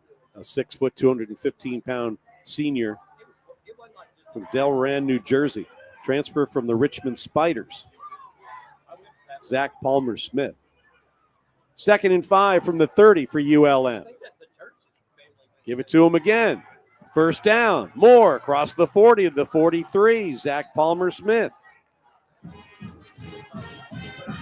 I mean, he's a guy who's averaged 44 yards a game, and that puts him up over 80 right now by a lot, probably close to 90. And he's been earning it, too. I mean, it's not like they haven't been on him. They've been hitting him. He just is not going down. Terrell Reed Jr. into the lineup in the pistol formation. Now moves to the right of the quarterback, Aiden Armenta. Armenta, delay handoff, and up the middle with some room out to midfield is the aforementioned running back, Terrell Reed. Now they're faking that sprint out as Armenta starts running to his right. It's kind of a sprint counter, because he's running to his right like it's a rollout or a sprint out, and instead he just hands it off to the running back coming back left. 2nd down and 3 for ULM as the Warhawks move from left to right in Malone Stadium. Down 31-0. Handoff. Once again, east and west getting the edge into Monarch territory. Flags are flying as Reed is pushed out of bounds at about the 38-yard line. We'll see what the flag is. Looks like it's going to be coming back. Holding. Offense, number 88. 10-yard penalty. 2nd down. Oh, and that makes it difficult. And they'll bring that one back as we're at the 10:39 mark. And the Monarchs off next week. We'll be back at it a week from Thursday, November the 13th, against Troy in a Thursday nighter, 7:30. ODUsports.com/tickets. As this team goes for what looks like it'll be its 7th win of the year. Monarchs hold on here. They'll be 6-3. Here's another handoff, and Bell will get to the 45-yard line. Reed, I should say. Well, here comes Palmer-Smith right back into the game. A little quick breather, and he's right back out. Yep. Bibbs also in. But it's 3rd and 13, so handoff between the tackles. Likely not the play call here. Need to get to the Monarch 47-yard line to move the sticks as we're under 10 to play here in Monroe, Louisiana. Rolling near side. Armenta rolling, head up, has a lot of room in front of him, running out of room, chucks it, and they'll chuck it out of bounds. It'll be 4th down. That's just good coverage. There's nowhere for him to go. Yep. On the rollout, he had 3 receivers over there. Every one of them was surrounded by white shirts. Well, and the problem you run into when you're rolling to the near sideline is you become easier to defend as you get closer and closer to that barrier. It makes it an easier read because they're cutting off half of the field.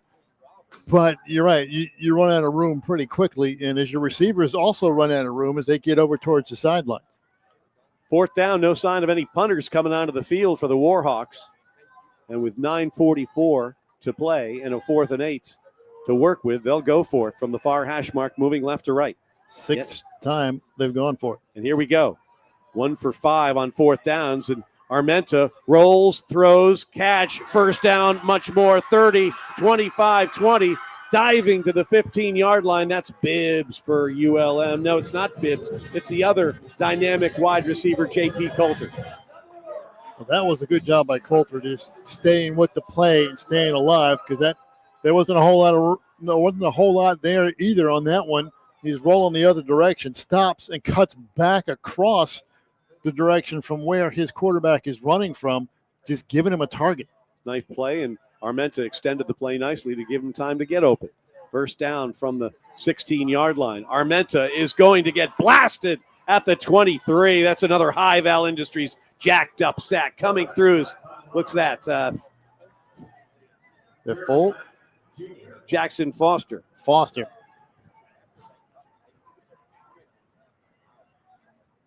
Nice play there. Forbes? Foster was there. I think Forbes was also in there. Forbes had him, and I think Foster finished him off. They might split that. Good call. All right, 2nd down and 21 from the 23. Play action pass. Armenta comes near side. He's going to try and tuck it, and he's not getting anywhere from he'll go down at the 25-yard line. Those two again working there, Andy. Well, yeah, why not? Forbes and Forrest. Worked the first time. Let's just keep going. As long as that clock keeps going, that's the important thing here. 8:05 to play, turning clock. 3rd down and 14. They switched out 5 different guys on the defensive side. From the 25-yard line, near hash mark. And the Monarchs keep the Warhawks off the board. Running back comes near side, pushed out of bounds at the 20. Good stuff to keep Zach Palmer-Smith from doing anything serious. Will Culbreth on the scene again. He's been all over the place today. And it's 4th down.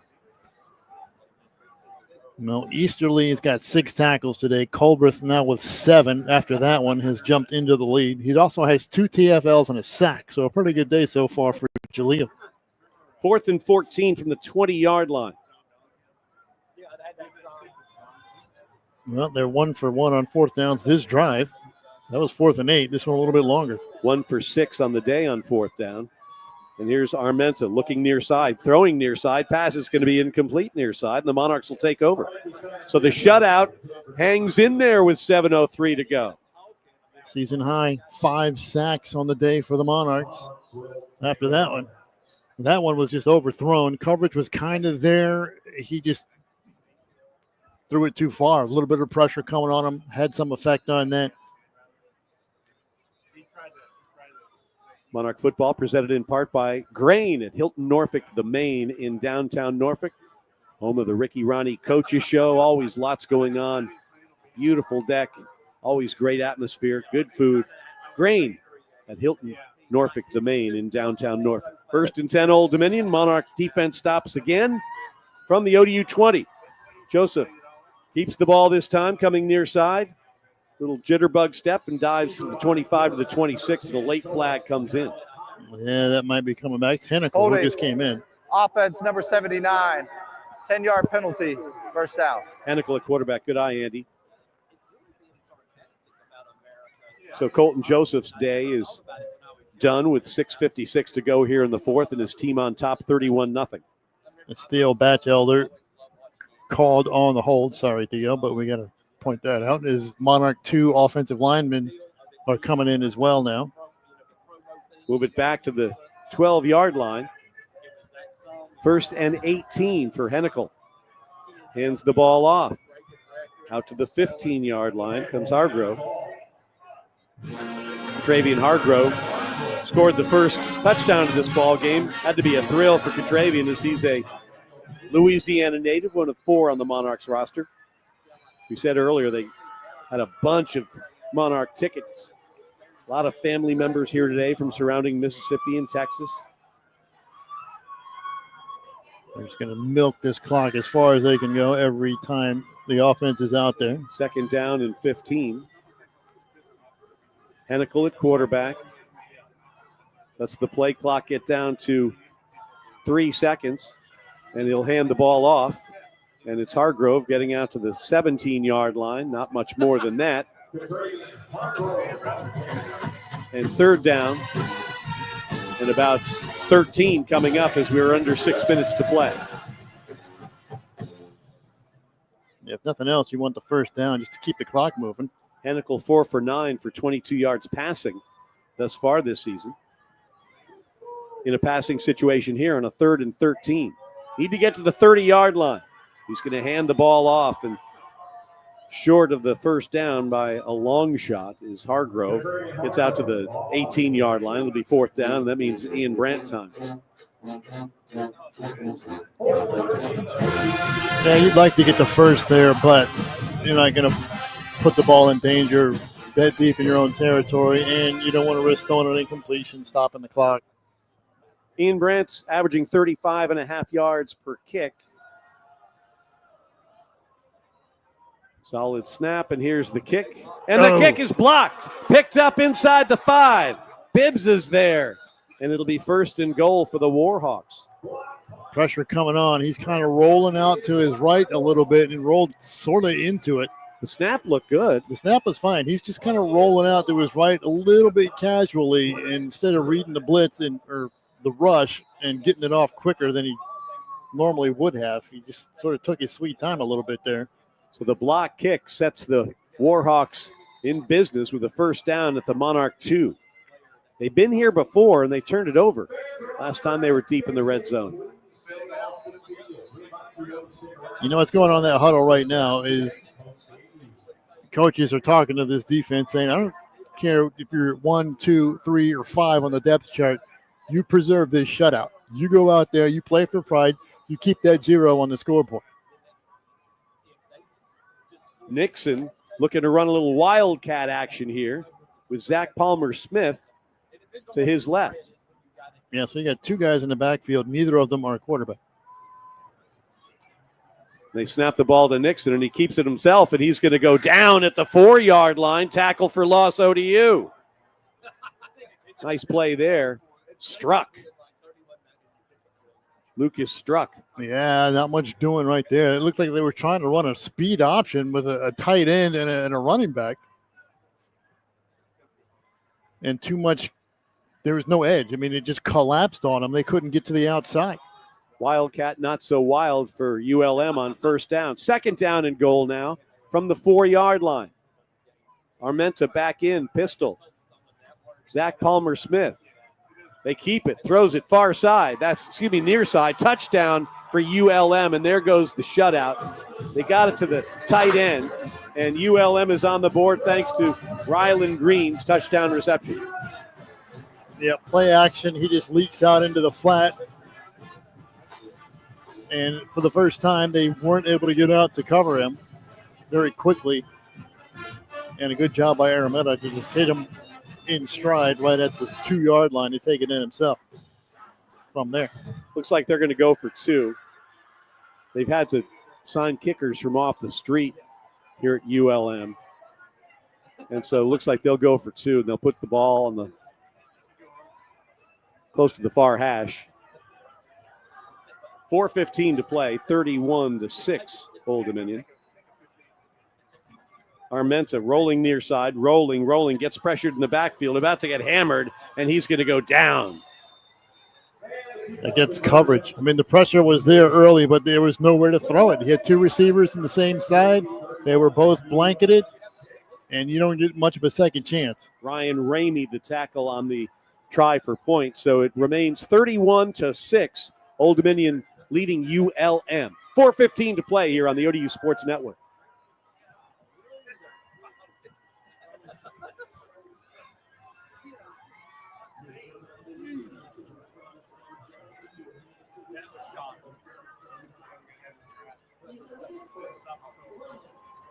Number 3 for Old Dominion is reporting as number 84. Number 3 for 84.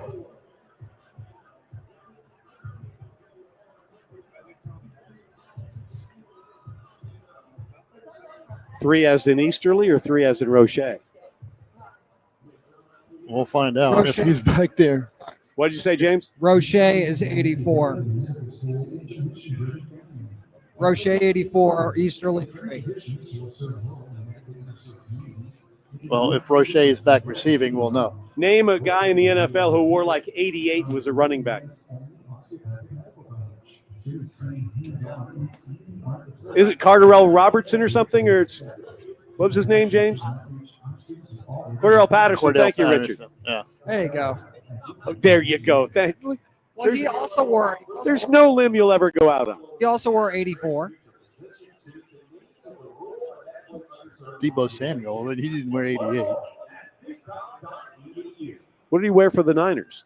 80 something, but it wasn't 88. I don't think it was 80 anything. No, Debo was 19 for the Niners. Thank you. Was it? Yeah, it was 80 something. I swear it was like 84. Yeah, I swear it's 80 He was something. 19 for the Niners. It's the sour cream talking. Thank you, Richie. These are the good times, said Sheik. So said Ted, Andy, and James from Malone Stadium in Monroe, Louisiana. Monarchs playing well today, leading 31-6, en route to their second straight win and sixth for the season, and they'll be 3-2 in Sun Belt Conference play. It's 31-6 Monarchs with 4:15 to play. Are we going to see more onside kick stuff? I would think so.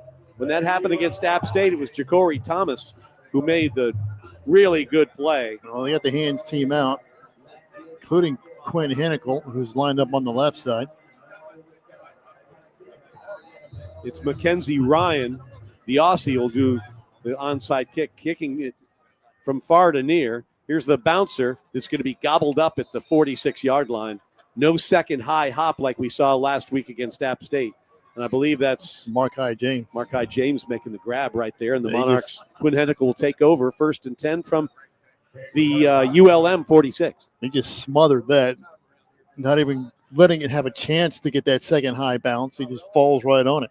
Monarch football presented in part by Team Monarch partner Atlantic Bay Mortgage Group. It's your home. Own it. Choose the team that's been lending with pride in the 757 for nearly 30 years. Atlantic Bay Mortgage Group is the official mortgage company of ODU Athletics. Hennicle at quarterback. Markai James to his right. Fakes it to Markai, looking to throw. Quinn dancing, throws it over the middle. Pass is going to be, I believe, interception, and that's a bad decision by the quarterback. Well, he was trying to get it to TJ Lott into coverage. Well, he's trying to get it to the tight end. Well, air mailed him, yeah. Off of him, and then Lott had a shot at it. That's an RPO, and I think they're looking to run that one, but he's doing what the defense dictates. And The the defense ruling on the says field of an interception by the defense is under video review. James, what'd you see over there? I mean, I think he makes a great diving play. I think that's going to be an interception. I think everybody's wondering, why the heck are you throwing it? I mean, it's an RPO. He's just reading the defense and reading his keys, and if the defense says you should throw it, that's what he's going to do, even though probably in that situation he should probably hand it off anyway, even if it's not a run look. But how about this? How about no RPO there and just do a running play to let the clock go away? ULM's not going to start using timeouts at 4:08. They're going to watch the clock go away because they want to get to the locker room as badly as the Monarchs do. Don't you think? Well, or you run your offense no matter who's in there. That too. The problem was he held it way too long. After that RPO, you got to make a quick decision, and the first look wasn't there on the glance, so he held it, and then he held it more, and then he tried to dump it over the middle to the tight end, and he was getting hit at the time when he released it, which caused the bad throw that went off of the tight end. defensive back straight up into the air, and I will will immediately change my opinion to say you got to run the offense, because if Quinn Hennikel needs to take it over, he needs to be there and making RPO decisions and those types of things. James, you agree or disagree? Yeah, and he needs to learn from those mistakes. If you're going to make mistakes, this is the time to make them when the game is well in hand, and you can put something on film now to work on, like you said, if Hennikel does have to play at some point. Andy, what do you think? I think he's just doing what he's supposed to do. He's reading the keys, and that's what the keys told him to do, so that's what he does. Now, he should have gotten rid of it a lot quicker instead of holding it until he got hit, which forced a weird throw. But here's a question that's coming in regarding bowl eligibility. You have to have 6 wins to become bowl eligible. But if there are a bunch of teams with 6 wins and more teams with 6 or more wins than there are bowls, they're going to shave off the bottom of the 6 list. Yeah. So if you want to be really safe, you get to 7, you get to 8. If you want to really clinch that stuff in there. Also, the more you get, the better chance you have more of a say in where you go. Correct. The ultimate say goes to the conference champion, who picks whatever conference bowl they want to go to. James, you're looking at this replay. We have no monitor up here. What's going to happen? That's gonna stand as an interception. I mean, it's a great play by Canterbury, getting the arms under there. I don't see an angle that shows that it hits the ground. All right. So it will probably be ULM football, 1st and 10 from their own 30. Want to remind you the Monarch football postgame show comes up at the end of our game here today. Richie will have a look at the scoreboard. James will have those postgame interviews. We'll get you our play of the game, stats, and much more. And then we start getting busy around these parts as basketball season jumps into the fray. And that means Monday night, the ODU women's team at home against UMass. You'll hear the game on sister station Fox Sports 1310 with the Toyota pregame show. Matt Hatfield, Shonda DeBerry with the call, 6 o'clock on Monday. Then the Monarch women take on UMass at 6:30 at Chartway Arena. That is Monday. Also on Monday, Dennis Wolf and I will be in Oxford, Ohio, where the MAC Sunbelt Challenge will feature Old Dominion versus Miami of Ohio. Miami of Ohio, a buzzer-beating loss away from the NCAA tournament a year ago with 25 wins. They are really good, picked 2nd in the MAC, and the Monarchs will have their hands full with the Red Hawks on Monday night. We'll be on the air with the Toyota pregame show right here at 6:30 Monday. After video review, the ruling is an incomplete pass. Oh. There was no firm control established prior to the ball hitting the ground. It's 2nd down at the previous spot. Well, who has to take everything back that they said? Is it all of us or none of us? I made no comment on whether or not it was an interception. James said it was an interception. You asked James, so I think it's all James' fault. All right. Look, I think we all just want to get on the plane. Time to get on the plane. So it's So how come Miami Ohio is not playing in Miami, Ohio? no, you're playing in Oxford. Is there Miami, Ohio? I would assume there is. Well, the university is in Oxford. You're the Ohio guy. You got to be kidding me. I'm not an Ohio guy. 2nd and 10 from the 46-yard line. Hennikel hands it off this time, and James is going to get caught behind the line of scrimmage and gang tackled. And it'll be 3rd down and about 13 from the 49 or 48. Under 4 minutes to play. And we've got a timeout called by the Warhawks. The first of 3. First charge timeout, Louisiana-Monroe, 30 seconds. These guys are out there playing for just as much pride as anybody else out there. Sure they are. And you need, one of the things you need to see if you're head coach Brian the game Vincent. Clock to 3 minutes and 58 seconds. 3:58. One of the things you need to see is the competitive nature of your group. Thank you. And that means whether you're down 31-6 with 3:58 to play or not, are you still competitive? Are you still battling? And if you're Coach Vincent, you're probably pretty pleased that these guys are still battling. I'd say you want to, show that to everybody involved in the program. You want your AD to see that the whole team, including the coach, is still fighting, except that your coach is the AD right now. So 3rd down and 12. Monarchs need to get to the 36-yard line. Ball's at the 48. And I would be shocked if this was a pass play. Make them use their timeouts. Surprised if it's not Hennicle taking it himself. 2 wide receivers to each side of the formation. James to the right of Quinn Hennicle. And he hands it off to Markai, and Markai is going to get no gain, and he'll go down, and the clock will continue to turn at 3:49.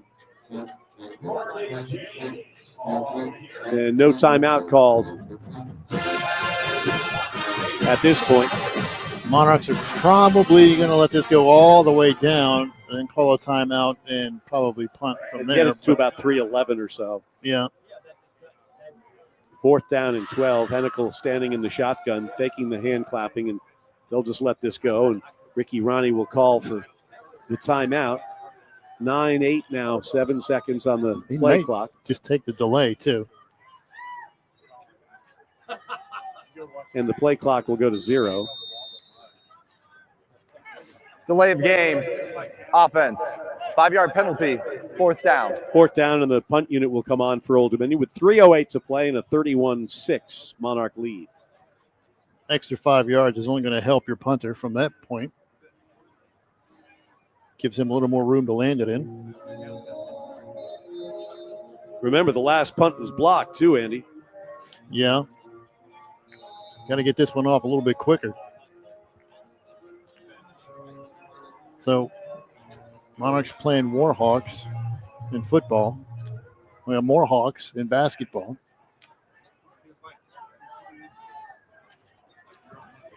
Gets this one off. A wobbler will bounce at the 13-yard line and gets. Oh, no, he slid into the end zone. Tried to slide and keep it inside the 5. Well, they're going to say it was down, though. They're going to say he got it before he slid in. Wow.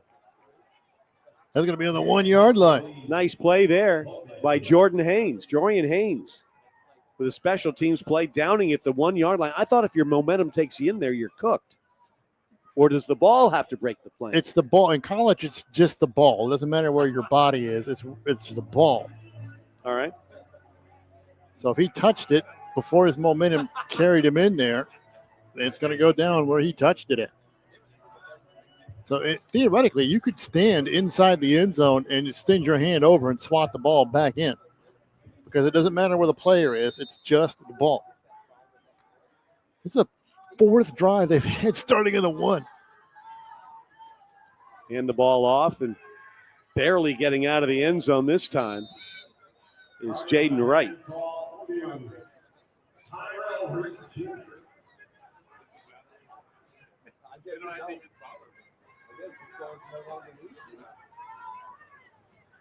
So we got Hawks and then more Hawks. We know how Big Blue likes Hawks. That's right. Warhawks to the Red Hawks. Now the Big Blue, he has issues with the St. John's Hawk, but St. Francis. St. Francis. St. Joseph. St. Joseph. One of the Saints. I don't know which one. St. Joseph's. Had the guy on scholarship to keep his hands going the whole time, just like this.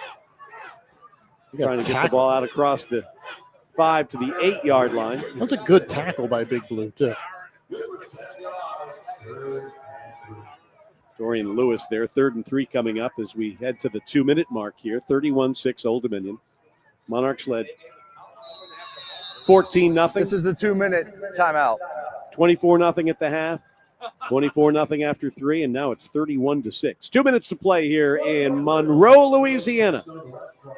This is the ODU Sports Network.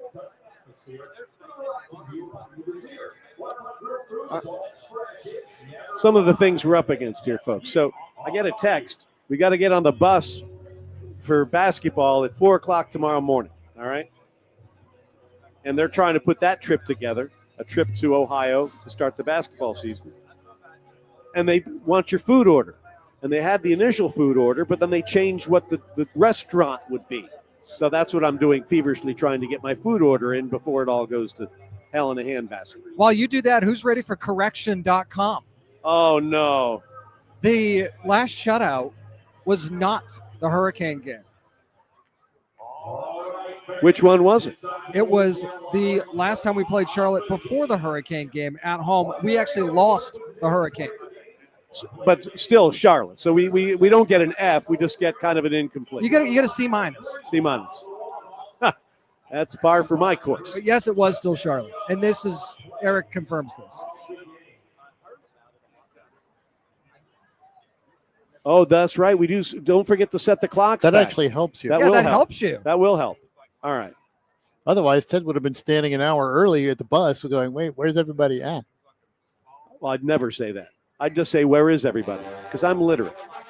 Anywho. All right, so yeah, we turn, when you go to bed, put the clock back. All Where are right. the alumni?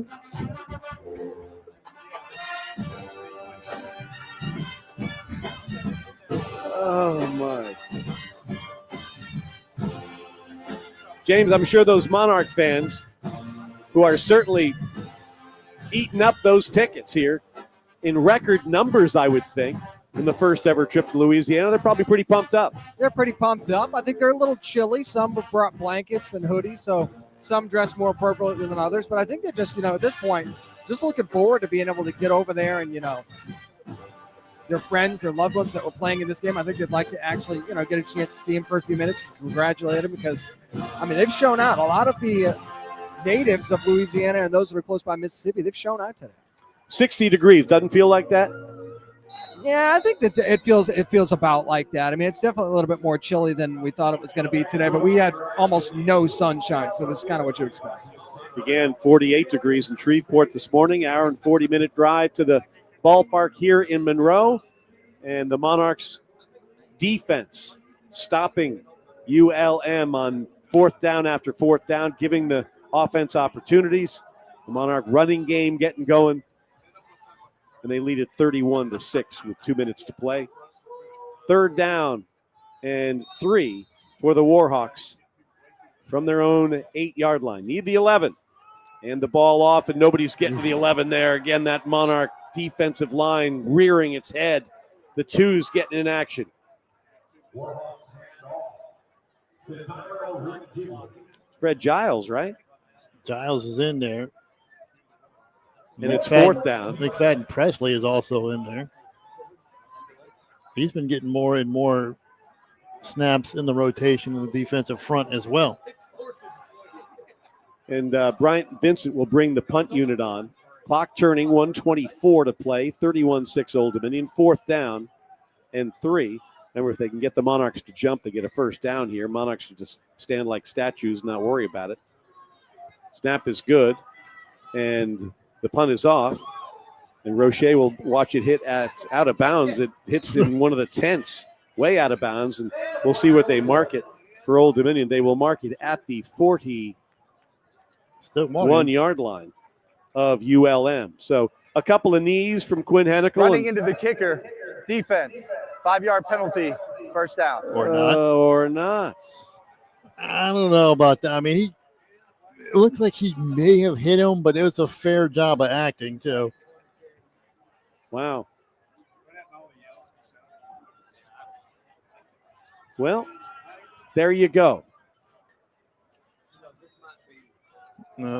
Mackenzie Ryan, the Aussie, he may have gone to Nicole Kidman school for that one. I was trying to think of the most famous male actor other than the guy who played Crocodile Dundee. Yeah, I got no male actors from Australia. So. James, this is right up your alley. Who's the most famous Australian actor ever? Oh, it's definitely Paul Hogan from Crocodile Dundee. That's not like there's been a ton from Australia. All right, name 4 others. Here we go, rolling near side, throwing pass complete at the 15, pushed out of bounds. Margot Robbie is from Australia. How about a guy? No. That was Cooper Eldridge with the first down at the 24-yard line. They gave you 2 pretty good female actors. True. Russell Crowe, was he Australian, Richie? Yeah. I thought he was a Spaniard. Here we go with the running back, Deshaun Ford, I believe. Or is that Jaden Wright? You're thinking of Javier Bardem. Okay, sorry. How do you get Russell Crowe and Javier Bardem mixed up? Because I thought the Spaniard was one of his gladiator buddies or whatever. He was a Spaniard in the first Gladiator. See, that's exactly. So that's why I was thinking that. Didn't check his papers. All right, the handoff coming near side with under 20 seconds to go. Wrapped down at the 31-yard line. All the best male actors are Canadian, so, Name 2 Canadian actors that are really good. Like Dana half of Carvey, them. and that's going to do it for her ball game. And that'll bring this thing to a close. Bottom line This is is the end of the Monarchs come game. on the road for the first time to Louisiana and get themselves a win. Clocks are at zeros. ODU 31, ULM 6. Monarchs go to 6-3 overall. They become bowl eligible. They're now 3-2 in Sun Belt Conference play. The Warhawks have dropped 5 in a row now. They stand 3-6, and they're 1-4 in league play. Monarch football post-game show next. This is the ODU Sports Network.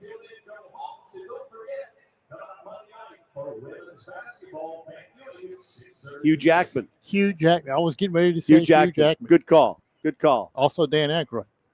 He's Canadian. Who's that?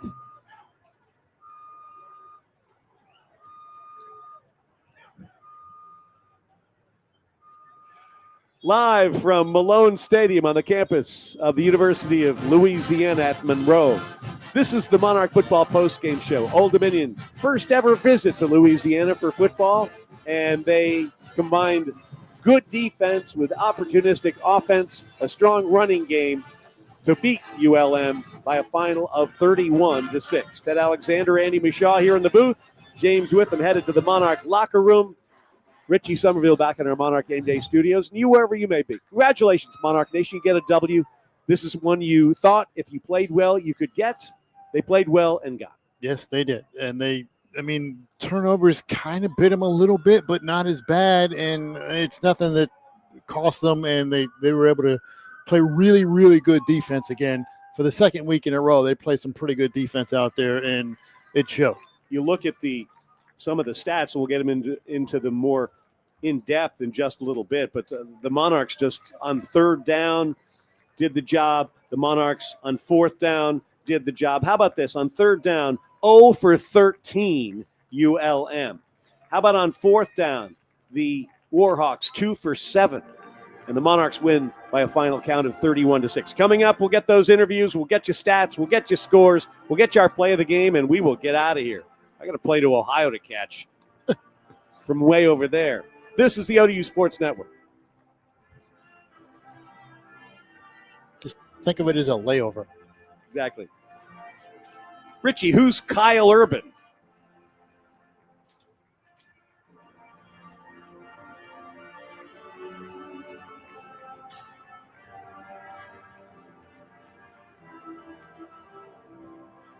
Oh, that guy. Yeah. Okay. Jim, I'm a doctor. Yes. Folks, we thank you for tuning in.